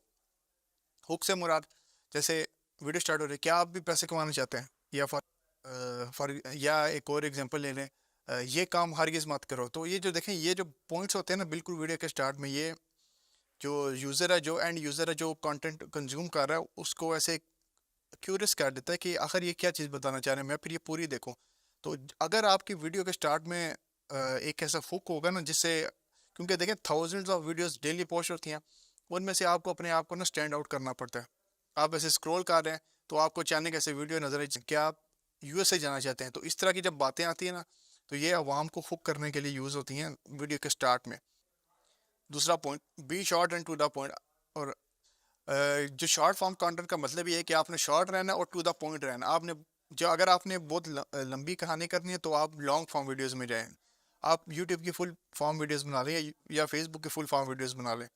शॉर्ट कंटेंट में आपने शॉर्ट रहना, टू द पॉइंट रहना, प्रिसाइज रहना है। तीसरा, इनकरेज ऑडियंस। इनकरेज ऑडियंस से मुराद, फॉर एग्जांपल आपने वीडियो स्टार्ट की, बिल गेट्स वन सेड, तो फिर आपने वो जो बिल गेट्स ने कुछ कहा था वो बता दिया। तो अब at the end of the video तो आपने इस तरह करना है कि आपने कहना है कि आप लोगों को भी अगर बिल गेट्स का कोई ऐसा पॉइंट पता है या बिल गेट के बारे में कोई ऐसी बात पता है तो उसको लाजमी कमेंट में नीचे लिखिए। तो इस तरह की चीज़ें जब आप लिखते हैं तो फिर जब आप बोलते हैं तो फिर ये ऑडियंस को इंगेज करने पे हेल्प करती हैं कि ऑडियंस और ज़्यादा कमेंट्स करती है और ज़्यादा लाइक्स करती है। तो इससे आपकी जो कंटेंट में सक्सीड होने की जो रेशो है वो इंक्रीज़ हो जाती है। और देखिए शॉर्ट फॉर्म कंटेंट है उसको पॉजिटिव रखें और उसको थोड़ा सा अगर ह्यूमर ऐड कर सकते हैं, वरना ह्यूमर हर जगह नहीं ऐड करना, वो कंटेंट पर डिपेंड करता है। अगर वो सीरियस बात है तो फिर उसको सीरियस ही लिखना है, लेकिन अगर जनरल बात है तो फिर उसमें आप थोड़ा सा ह्यूमर ऐड कर सकते हैं, थोड़ा सा मीम पार्ट ऐड कर सकते हैं। और ये सबसे एंड पे हमारा लास्ट पॉइंट है विजुअल एलिमेंट्स ऐड करना है। फॉर एग्जांपल अगर आपने बिल गेट्स का जिक्र किया तो साथ आपने बिल गेट्स की एक इमेज ऐड कर देनी है। पाकिस्तान का जिक्र किया तो आप पाकिस्तान के साथ एक फ्लैग ऐड कर सकते हैं। इस तरह के अगर कुछ भी है ना तो आप वो सात चीज़ ऐड कर लें ताकि उसको विजुअली भी अपीलिंग बनाए। एक तो उसको इंटरेस्टिंग बनाए, दूसरा विजुअली अपीलिंग बनाए, तो वो लाजमी बेहतर परफॉर्म करेगी। ये सब चीज़ें आपको पता होना ज़रूरी है, क्योंकि जब आप किसी का अकाउंट या सोशल मीडिया मैनेज कर रहे होंगे तो आपको फिर पता होना चाहिए कि इनके कंटेंट में हम किस तरह का हुक ऐड कर सकते हैं। अगर तो वो सीरियस टाइप्स ऑफ ब्रांड है या क्लाइंट है तो आपको उन्हें किस तरह का हुक ऐड करना है। अगर वो फनी है तो आपने किस तरह का हुक ऐड करना है, आपने किस तरह के ग्राफिक्स यूज़ करने हैं। तो ये चीज़ें आपको विद एक्सपीरियंस फिर आती जाएंगे। नेक्स्ट क्लास आ गई हमारी कंटेंट ऑर्गेनाइजिंग। कंटेंट ऑर्गेनाइजिंग से क्या मुराद है, जैसे नाम आपको समझ आ रहा होगा कि आपने कंटेंट या तो खुद क्रिएट कर लिया या जिस ब्रांड ने या जिस क्लाइंट ने आपको as a social media manager hire किया उसके पास कोई ग्राफिक डिज़ाइनर या कोई टीम मौजूद है। तो वो टीम या ग्राफिक डिज़ाइनर आपको एक फॉर एग्जांपल वीडियोस का एक सेट दे देती है फॉर मंथ पोस्टिंग के लिए, या वो आपको रेगुलर पोस्ट बना के दे देती है। तो आपका काम है कि आपने उस कंटेंट को मैनेज करना है, क्योंकि ताकि अगर आपके बाद भी आप चले भी जाएं, आपके बाद भी कोई आए ना, तो उसको आसानी हो चीज़ें मैनेज करने में और चीज़ें समझने में। फॉर एग्जांपल अगर आप ज़्यादा इमेजेस पोस्ट करते हैं तो फिर आपके पास बाकायदा फोल्डर्स होने चाहिए जिसमें सिर्फ इमेजेस हों। आपने वीडियोस के लिए फ़ोल्डर अलग बनाना है। अगर आप पॉडकास्ट रिकॉर्ड करते हैं ऑडियो पॉडकास्ट, तो आपने बाकायदा एक फ़ोल्डर बनाना या एक सेट बनाना जिसमें सिर्फ ऑडियो पॉडकास्ट के रिलेटेड चीज़ें हों। आपने मिक्स नहीं करना। मोस्ट ऑफ द हमारी आवाम कंटेंट ऑर्गेनाइजेशन करती ही नहीं है, तो फिर वो उनको खुद ही डिफ़िकल्टी फील होती है। इससे आपकी एफिशिएंसी इंक्रीज़ होगी और आपको फिर या आपके ब्रांड को या जिनके लिए आप काम करें उनको ज़्यादा हैसल नहीं फेस करना पड़ेगा। अब सबसे इंपॉर्टेंट चीज़ आ जाती है कंटेंट शेड्यूलिंग और मैनेजिंग टूल। देखें आप लोग खुद फिजिकली वन बाय वन भी मैनेज पोस्टिंग कर सकते हैं, लेकिन उसमें आपका टाइम बहुत ज़्यादा वेस्ट होगा। तो आप क्या कर सकते हैं, डिफरेंट प्लेटफॉर्म्स है जिनका हम अभी कुछ मैं आपको दिखाऊंगा।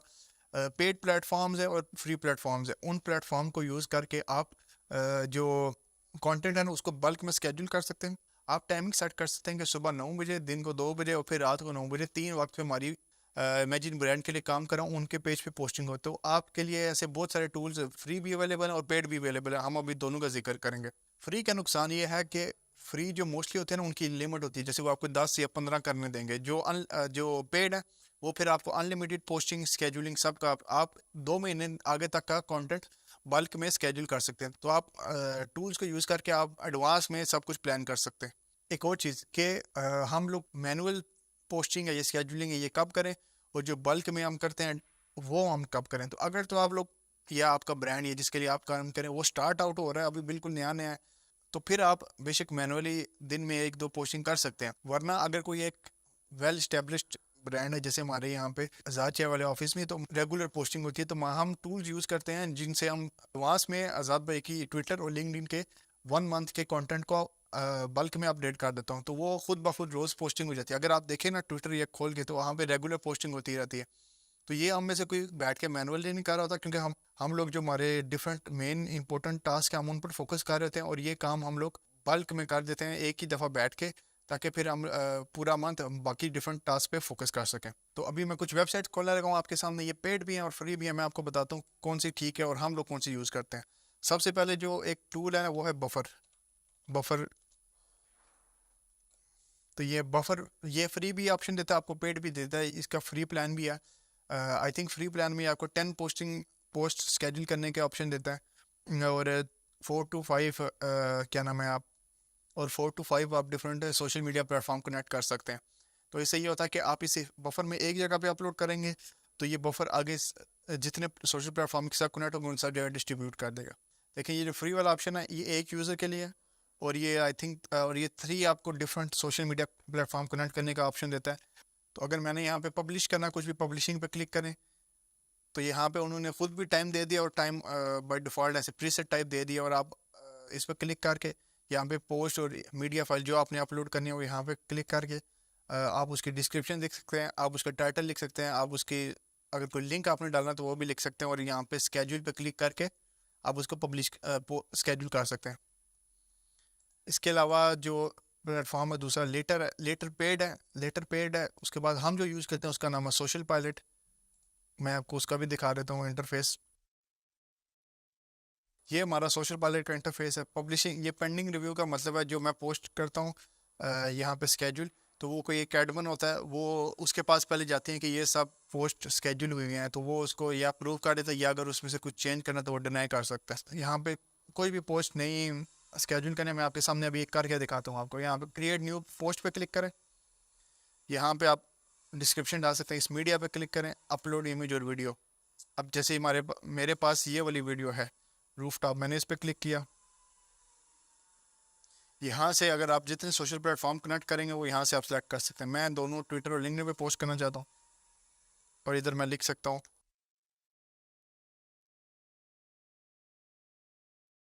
कुछ भी। आप जो ट्रेंडिंग हैशटैग हैं उनको यूज़ करेंगे तो आपकी थोड़ी बहुत रीच इंक्रीज़ हो सकती है।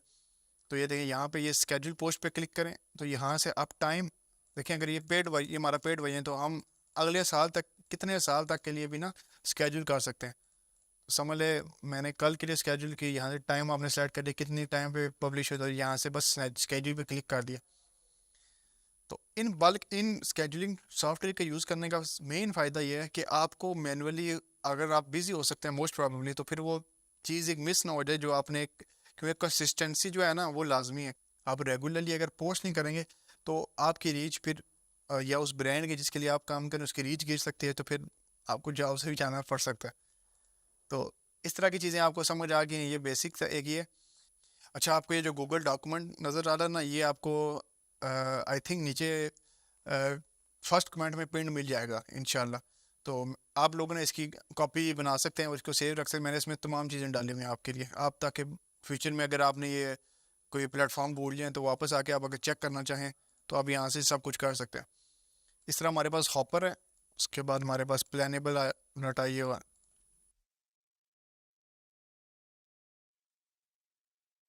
ज़ोहो सोशल भी आपको मेरे ख्याल से फ्री का ऑप्शन देता है, फ्री पोस्टिंग का। तो ये डिफरेंट है, कुछ प्लेटफॉर्म्स है, मैंने इनको ओपन किया तो अभी अभी देख सकते हैं। ये तो सोशल पायलट है जो हम यूज़ करते हैं। ये बफर है, ये भी फ्री है। कुछ पार्ट इसका फ्री है। ज़ोहो सोशल है, इसका भी कुछ पार्ट फ्री है। और इसके बाद ये लूमली है, ये भी एक पेड वर्जन है। उसके बाद प्लानेबल है, ये भी एक पेड वर्जन है। तो आप इनमें से डिसाइड कर सकते हैं कि आपके नीड के लिए और आपकी प्रेफरेंस में ना कौन सा ज़्यादा बेहतर होता है, बजट में कौन सा मैच करता है, तो फिर आप उस प्लेटफॉर्म की तरफ जा सकते हैं। सारे प्लेटफॉर्म तकरीबन सेम ही हैं, तो आप इनमें से कोई भी यूज़ कर सकते हैं। तो आप आराम से एक दफ़ा बैठ के बल्क में कंटेंट बनाएं।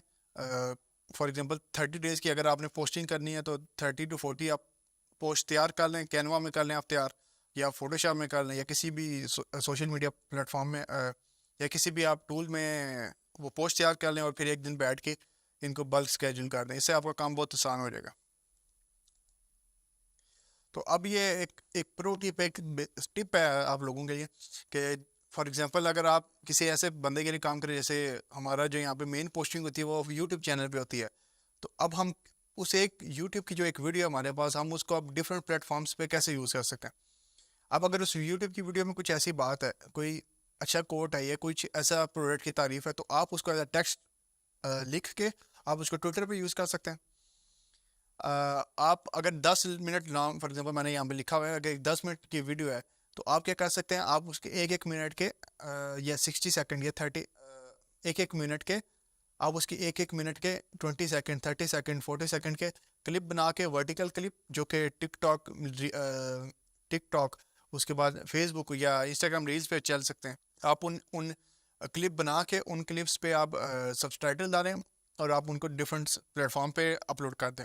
आपके पास अगर ब्लॉग है तो जो उस पूरी वीडियो में आपने बोला, फॉर एग्जांपल जैसे हमारी मेड इन पाकिस्तान प्रोडक्ट की वीडियो थी, तो हम क्या कर सकते हैं, हम उस पूरे जो 10 मिनट की वीडियो है उसको ट्रांसक्राइब करें इंग्लिश में या उर्दू में, मतलब रिटन फॉर्म में लिख लें और उसको हम एज अ ब्लॉग यूज़ कर दें विद इमेजेस। फॉर एग्जांपल जहाँ पे हम जिक्र कर रहे हैं किसी भी एक शान फूड्स की, तो हम शान फूड्स के ऊपर इमेज डाल दें, नीचे पैराग्राफ बना दें शान फूड रिव्यू इस तरह का। इसी तरह अगर 10 मिनट लॉन्ग वीडियो है तो आप उसकी ऑडियो एक्सट्रैक्ट करें, और उस ऑडियो एक्सट्रैक्ट को एक होता है anchor.fm, मैं यहाँ पे आपको शायद दिखा दूँ, anchor.fm, ये वेबसाइट है anchor.fm। ये वेबसाइट क्या करती है, आप अगर ऑडियो यहाँ पे अपलोड करें तो ये जितने पॉडकास्ट के प्लेटफॉर्म्स हैं ना, ये उन सब प्लेटफॉर्म्स पे आपकी ऑडियो डिस्ट्रीब्यूट कर देती है, और वो भी बिल्कुल फ्री। जैसे हो गया स्पॉटिफाई हो गया, जैसे गूगल पॉडकास्ट है, जैसे जैसे एप्पल पॉडकास्ट है, तो ये फ्रीली आपकी ऑडियो को उन तमाम प्लेटफॉर्म पे एज अ पॉडकास्ट शेयर कर देती है। तो यहाँ पे फीचर्स चेक कर लें, देखिए यहाँ पे तमाम चीज़ें फ्री हैं।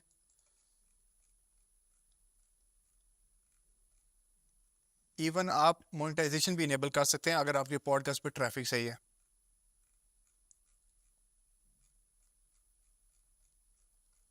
तो अब आपको समझ आ गई कि आप सिर्फ एक पीस ऑफ कंटेंट से कैसे उसको डिफरेंट फॉर्म ऑफ और डिफरेंट सोशल मीडिया प्लेटफॉर्म्स के लिए ऑप्टिमाइज कर सकते हैं। जैसे कि Pinterest पे इमेजेस ज़्यादा बेहतर चलती हैं, अभी तो खैर वो वीडियोस पे भी काम करें, तो अगर हमारी जैसे मेड इन पाकिस्तान प्रोडक्ट की इमेज वीडियो है, हम उसमें से उन प्रोडक्ट्स की इमेजेस लें और उनको हम अपने Pinterest पेज पे शेयर कर दें। इससे क्या होता है, और साथ हम नीचे लिंक दे सकते हैं अपने यूट्यूब चैनल का, हम अपने ब्लॉग का। जो Pinterest है ना, ये आई थिंक दुनिया का दूसरा या तीसरा बड़ा सबसे बड़ा सर्च इंजन है गूगल और यूट्यूब के बाद। तो उससे आपको एक्स्ट्रा एक ना सोर्स ऑफ ट्रैफिक आना स्टार्ट हो जाती है। तो इससे आप अपनी जो उस ब्रांड है या जिसके लिए आप काम करें, आप उसकी रीच और ज़्यादा इंक्रीज़ कर सकते हैं। देखिए ये चारों चीज़ें मैंने कवर कर दी कि आप वीडियो को ट्रांसक्राइब करके एज अ ब्लॉग यूज़ कर सकते हैं, आप उनको as a reel short form convert करके रील्स और टिकटॉक के तौर पे यूज़ कर सकते हैं, आप ऑडियो को एज अ पॉडकास्ट यूज़ कर सकते हैं, और इमेजेस में भी कन्वर्ट करके ना आप कहीं पे भी यूज़ कर सकते हैं। इस पार्ट में जो हम कवर करेंगे वो है कंटेंट एसईओ। देखिए आपको कंटेंट मिल गया, किसी ग्राफिक डिज़ाइनर की टीम ने आपको कंटेंट दे दिया, 30 इमेजेस 50 इमेजेस दे दी, उसको 100% ऑप्टिमाइज़ करने के लिए ना आपको एसईओ वाला पार्ट भी आना चाहिए। ये नहीं करना कि सिर्फ कंटेंट बस स्केड्यूल कर देना, रैंडमली कुछ भी डाल देना बीच में उसके डिस्क्रिप्शन में और टाइटल में, उनको प्रॉपर्ली ऑप्टिमाइज़ करना है। तो वो आपने कैसे करना है, आपने उसका टाइटल प्रॉपर्ली जो उस वीडियो से रिलेटेड है वो यूज़ करना है, और फिर जो उसकी डिस्क्रिप्शन है अगर आप वो थोड़ी दे सकते हैं तो उसमें भी कीवर्ड्स वगैरह ऐड कर सकते हैं। आप अपने टाइटल में भी कीवर्ड यूज़ कर सकते हैं, जैसे कि मेड इन पाकिस्तान, ये जो हमारी यूट्यूब वीडियो जिसकी मैं अभी एग्जांपल दे रहा हूँ आपको, made in Pakistan is a very highly search keyword. तो हमने क्या किया, हम लोग अपनी यूट्यूब की वीडियोस के स्टार्ट में ना लिख देते हैं made in Pakistan product review unboxing इस तरह। तो वो जो कीवर्ड है ना, तो फिर उस कीवर्ड के लिए आप ऐसा ऐसा रैंक करना स्टार्ट हो जाते हैं। अब अगर आप गूगल पे या कहीं पे भी लिखें मेड इन पाकिस्तान, तो आपको आज़ाद भाई की ना वीडियोज़ नज़र आएंगी। तो ये होती है टाइटल में आपने कैसे ना कीवर्ड यूज़ करना है। फिर आप डिस्क्रिप्शन जहाँ पे आ जाती है, अगर मैं आपको एक अगर मैं आपको ना थोड़ी सी यूट्यूब एसईओ भी समझा देता हूँ और इंस्टाग्राम की भी थोड़ी बता देता हूँ, तो आप देखें।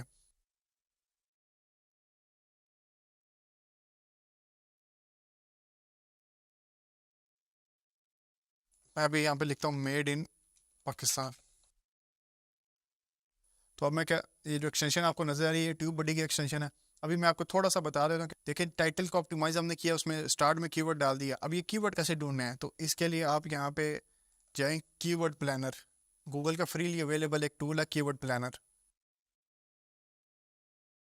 अभी ये जो लेफ्ट साइड पे आपको नजर है डिस्कवर न्यू कीवर्ड, आपने इस पर क्लिक करना है। यहाँ पे कंट्री पाकिस्तान सेलेक्ट कर लें, तो यहाँ पे हम लिखते हैं मेड इन, अभी जो हम जिसकी एग्जांपल ले रहे हैं उसी को हम आगे लेके चलते हैं, made in Pakistan. Okay, comma डाल दिया, एंटर कर दिया, पाकिस्तानी प्रोडक्ट्स मेड इन पीके। इस तरह करके ना आपने जितने भी आपके कीवर्ड उस ब्रांड से रिलेटेड, उस ब्रांड से रिलेटेड, आपकी उस नीच से रिलेटेड, आपकी उस कैटेगरी से रिलेटेड, आपने यहाँ पर क्लिक करके गेट रिजल्ट कर दिया। तो अब ये आपको पाकिस्तान में ना उनकी उन 3-4 कीवर्ड आपने ऐड किया, उनको मैच करके जितने ट्रेंडिंग कीवर्ड हैं उन सब की लिस्ट दे देगा, और उनके साथ मंथली वॉल्यूम भी दे देगा। जैसे मेड इन पाकिस्तान 100 से 1 के एवरेज मंथली सर्च, और इसका कंपटीशन वगैरह बता देगा, आप कंपटीशन लो है हाई है आपको, ताकि एक रफ सा आइडिया दे दे उस कीवर्ड पे रैंक करना कितना आसान है कितना मुश्किल है। इस तरह Pakistani product made in Pakistan, ये इस तरह आप क्या देखें, आपको उसने काफ़ी ज़्यादा ना कीवर्ड्स दे दिए, इसके वो मल्टीपल पेजेस भी हैं, आप डिफरेंट पेजेस पे भी जा सकते हैं। तो इस मेथड को यूज़ करके आपने अपना टाइटल ऑप्टिमाइज़ कर लिया, फिर आपने अपने डिस्क्रिप्शन में भी ये यूज़ कर लिया, आपने थोड़ा सा एक्सप्लेन भी कर दिया आपकी वीडियो या आपका इंस्टाग्राम पोस्ट या आपका जो टिकटॉक है वो किस बारे में, उसमें हैशटैग भी यूज़ करने हैं। इसके बाद नीचे आएँ तो अगर यूट्यूब है तो यूट्यूब में आपने टैग्स भी डालने हैं। अगर आपके पास इंस्टाग्राम है तो इंस्टाग्राम में वो एक चीज़ होती है उसको कहते हैं आल्ट टेक्स्ट। इंस्टाग्राम मैंने खोला, मैंने कोई भी रैंडम सी पोस्ट उठा ली, देख मैंने ये पोस्ट उठा ली आज़ाद भाई की, मैंने नेक्स्ट किया, यहाँ से कवर वगैरह सेलेक्ट करके ना यहाँ पे एक्सेसिबिलिटी में जाएंगे तो यहाँ पे एक नज़र आता है ये आल्ट टेक्स्ट। आल्ट टेक्स्ट क्या होता है? आल्ट टेक्स्ट गूगल यूज़ करता है। फॉर एग्जांपल आल्ट टेक्स्ट में आपने अपनी उस वीडियो को ना एक्सप्लेन करना है या उस पोस्ट को एक्सप्लेन करना है कि ये क्या है, उससे गूगल को और गूगल के बॉट्स को ना आसानी होगी आपकी उस पोस्टिंग को, वीडियोस को ना रैंक करने की। इस तरह से ना आपका जो कंटेंट है ना आप उसको बेस्ट वे में ऑप्टिमाइज़ कर सकते हैं। देखिए यहाँ पे मैंने आपको एक्सप्लेन कर दिया use of proper description. Proper description आपने डालनी है, अपनी वीडियो वगैरह से रिलेटिव रखनी है, उसमें आपने थोड़ी सी एक्सप्लेन भी कर देनी वीडियो, सब कुछ नहीं बता देना, थोड़ा सा ऐसे अपने ऑडियंस को क्यूरियोसिटी डालने के लिए ना थोड़ा सा एक्सप्लेन कर देना। अब क्योंकि चैट जीपीटी भी अवेलेबल है, अब सब लोगों को पता ही होगा चैट जीपीटी का, अब आपने ना चैट जीपीटी को भी यूज़ कर सकते हैं डिस्क्रिप्शन वगैरह ना कीवर्ड बेस्ड राइट करने के लिए।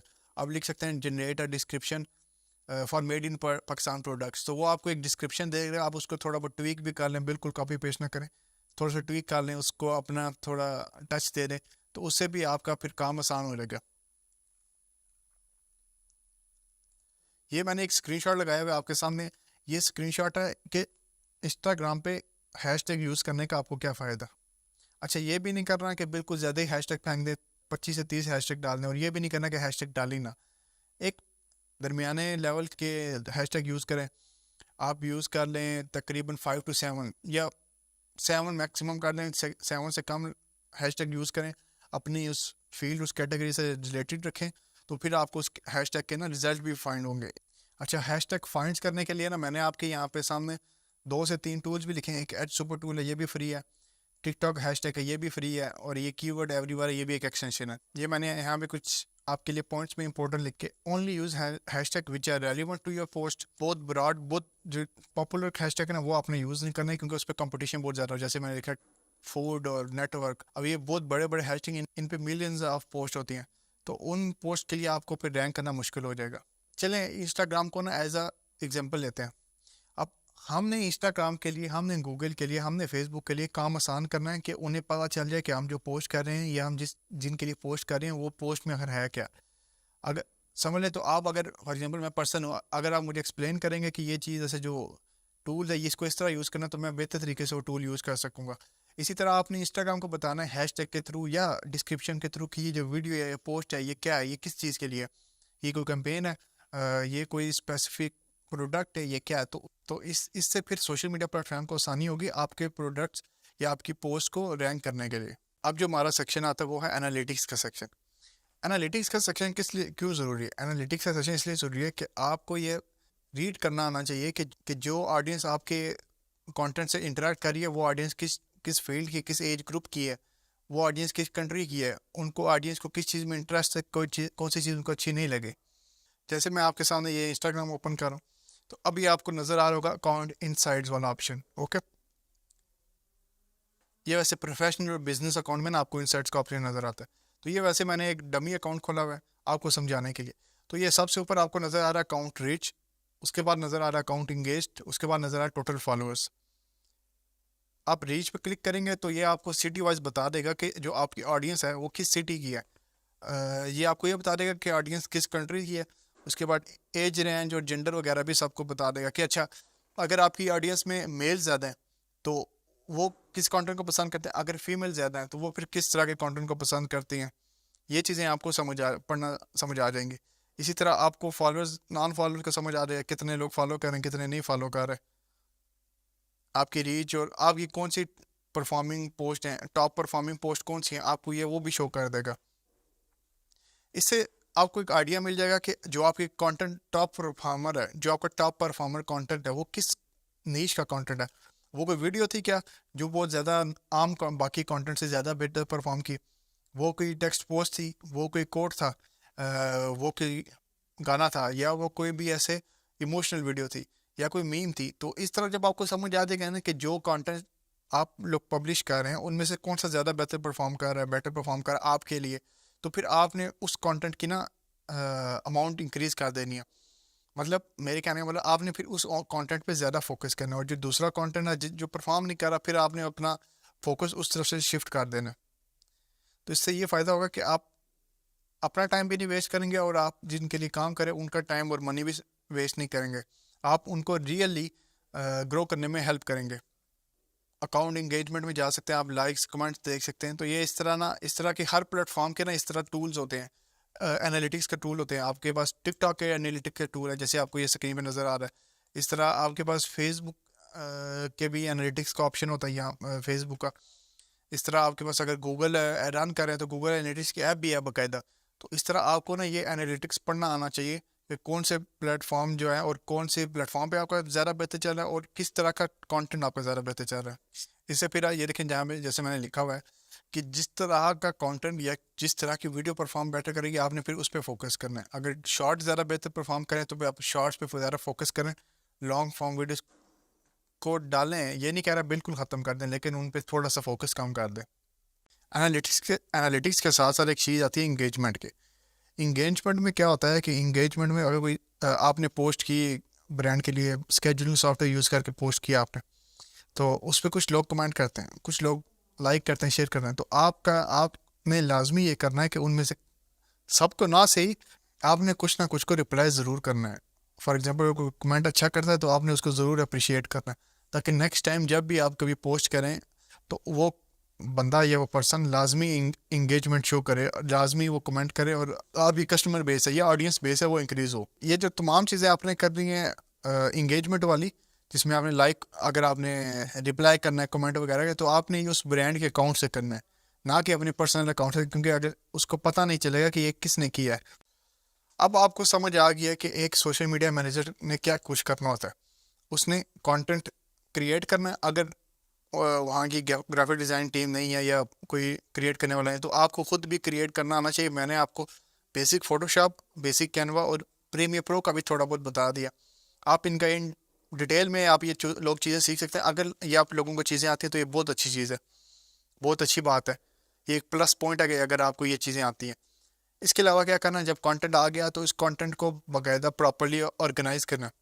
ऑर्गेनाइज कर लिया, ऑर्गेनाइज करने के बाद आपने वो कंटेंट बाकायदा, या तो आप खुद मैनुअली पोस्ट करें अगर आप इनिशियल स्टेजेस पर हैं, लेकिन अगर आप कुछ ग्रो कर चुके हैं या वो प्लेटफॉर्म थोड़ा सा ग्रो कर चुका है, तो आपने स्केड्यूलिंग और बल्क स्केड्यूलिंग के सॉफ्टवेयर की तरफ जाना है। उनसे आपका बहुत ज़्यादा टाइम बचेगा और आपका काम और ज़्यादा एफिशिएंट होगा, और आपको हैसल वगैरह नहीं होगी, और सब कुछ ऐसे स्मूथ वे में जाएगा। तो अब जब आपने बल्क में स्केड्यूल कर दिया, अब जब कंटेंट पोस्ट होगा तो उस कंटेंट पे जो ऑडियंस या जो लोग रिप्लाई कर रहे हैं, आपका काम है कि आपने उनके साथ इंगेज करना है, उनको इंगेजमेंट पे अप्रिशिएट करना है। तो इससे वो आपके लॉयल कस्टमर या लॉयल ऑडियंस बन जाएगी। इसके साथ साथ आपने एनालिटिक्स भी देखनी है कि जो ऑडियंस परफॉर्म कर रही है वो किस एज ग्रुप की है, वो किस कंट्री की है, उनको कौन सा कंटेंट ज़्यादा पसंद आ रहा है, कौन सा कंटेंट से वो अवॉइड कर रहे हैं। तो फिर ये जब चीज़ें आपके पास नोट हो जाएंगी, ये जब चीज़ें आपके पास आ जाएंगी, बेशक आप गूगल शीट पे बना लें, उसमें आप नोट कर लें कि इस एज ग्रुप के लोग ज़्यादा आपकी वीडियोस देख रहे हैं, वो ज़्यादा प्रीफर वीडियोस कर रहे हैं, ये ज़्यादा प्रीफर पोस्ट कर रहे हैं, या कोट कर रहे हैं, या मीम कर रहे हैं। तो आपने फिर उन चीज़ों पे फोकस करना है, और दूसरी चीज़ों से, क्योंकि ये जो सारा सोशल मीडिया मैनेजमेंट और मैनेजर का ये जो काम है, ये टेस्ट एंड ट्रायल पे बेस करता है। तो अब जब आपके पास ये तमाम चीज़ आ गई, ये आपने प्रैक्टिस करनी। अच्छा, प्रैक्टिस किस तरह स्टार्ट कर सकते हैं, आप अपना एक पर्सनल अकाउंट उस पर आप पोस्टिंग करना स्टार्ट कर सकते हैं। आप बफर का फ्री वर्जन यूज़ कर सकते हैं अपने पर्सनल अकाउंट को ग्रो करने के लिए, पोस्ट शेड्यूल करके अपने पर्सनल अकाउंट के लिए उसको यूज़ कर सकते हैं। या आपको अगर कहीं पे इंटर्नशिप मिले तो ये बहुत अच्छी बात, आप इंटर्नशिप में जाएँ, किसी एक रियल कंपनी में अगर आपको इंटर्नशिप मिले तो वो तो ज़्यादा अच्छी बात है। आप उस कंपनी में जाएँ, उनका कुछ अकाउंट्स मैनेज करें, एक सोशल मीडिया प्लेटफॉर्म उनसे ले लें, उससे मैनेज करें, फिर 2 पे जाएँ, फिर 3 पे जाएँ।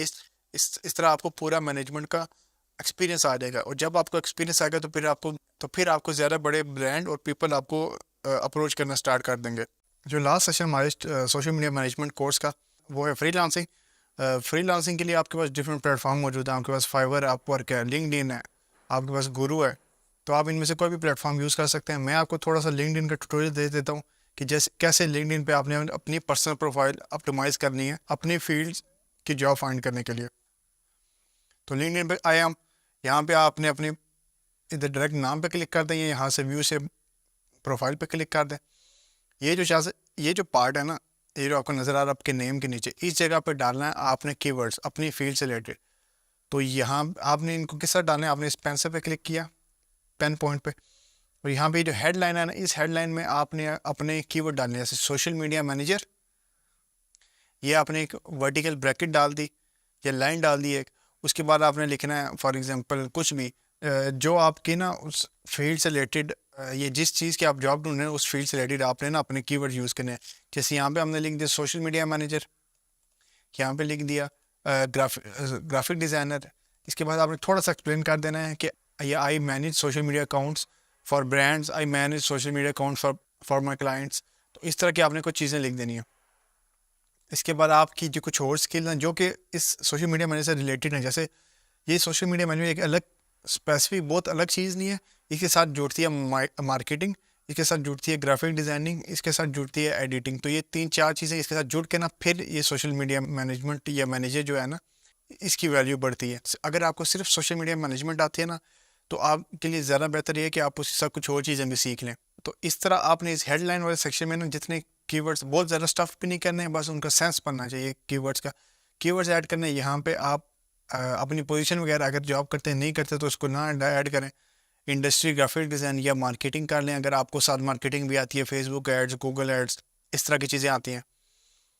तो इसको आप सेव कर दें। अगर आप यहाँ पे लोकेशन यूएसए डालें तो आपको फिर रिमोट के ज़्यादा ऑप्शन मिलते हैं इंटरनेशनल काम करने के। आप रिमोट डाल लें, पोस्टल कोड आपको गूगल से मिल जाएगा, postal code of USA, UK etcetera. आप यहाँ पे पोस्टल कोड डालेंगे तो ये आपको सिटी कोड उठा लेगा। तो ये चीज़ है। इसके बाद आपका जो पोर्टफोलियो का लिंक होना चाहिए लाजमी। आपने सोशल मीडिया मैनेजर के पोर्टफोलियो में के लिए आप बिहांस यूज़ कर सकते हैं। तो आप क्या कर सकते हैं, आपने अगर जिन जिन पीपल्स का अकाउंट मैनेज किया हुआ ना, आप उनसे एक टेस्टिमोनियल वीडियो बनवा लें या आप उनसे टेस्टिमोनियल टेक्स्ट ले लें, तो उसका स्क्रीनशॉट या वो वीडियो आप अपने ना बिहांस पोर्टफोलियो पे अपलोड कर सकते हैं।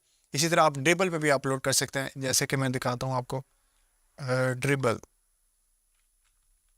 तो जो ड्रिबल है ये भी एक पोर्टफोलियो की वेबसाइट है। ये थोड़ी सी लिमिटेड है, ये आपको एक एक पोस्ट करने इजाज़त देती है, ज़्यादा आपको पोस्ट नहीं करने देते। तो इस तरह आप एक प्रोजेक्ट बना के उसमें आप अपने क्लाइंट का पूरा जिक्र कर सकते हैं कि वो क्लाइंट कौन था।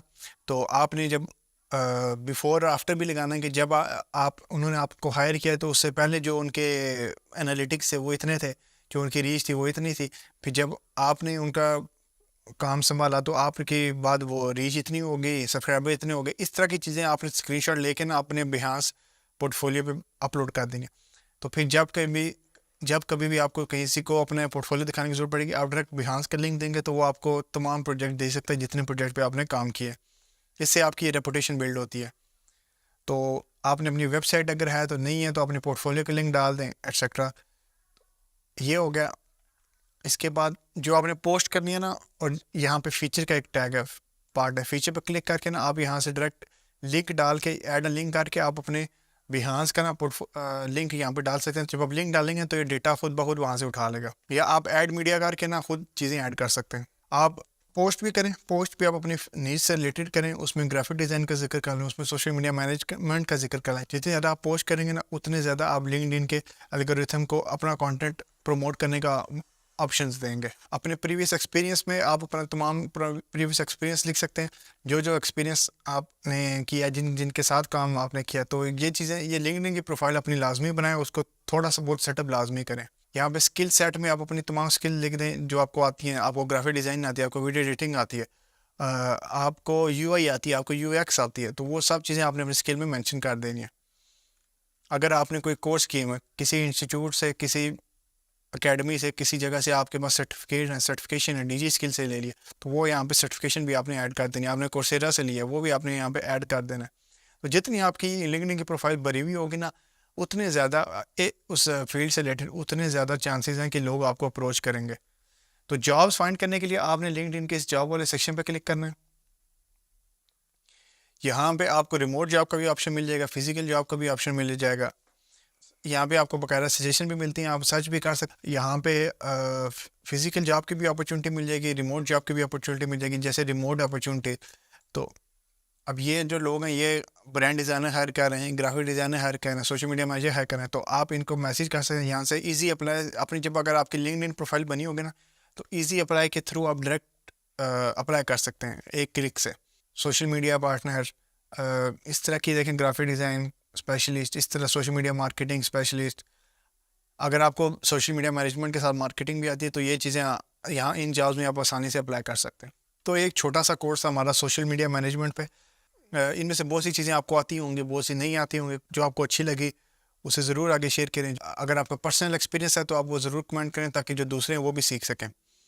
तो आई होप आपको ये कोर्स अच्छा लगा होगा। तो आप और ज़्यादा कोर्स इसी आज़ाद चाय वाला चैनल पर देख सकते हैं।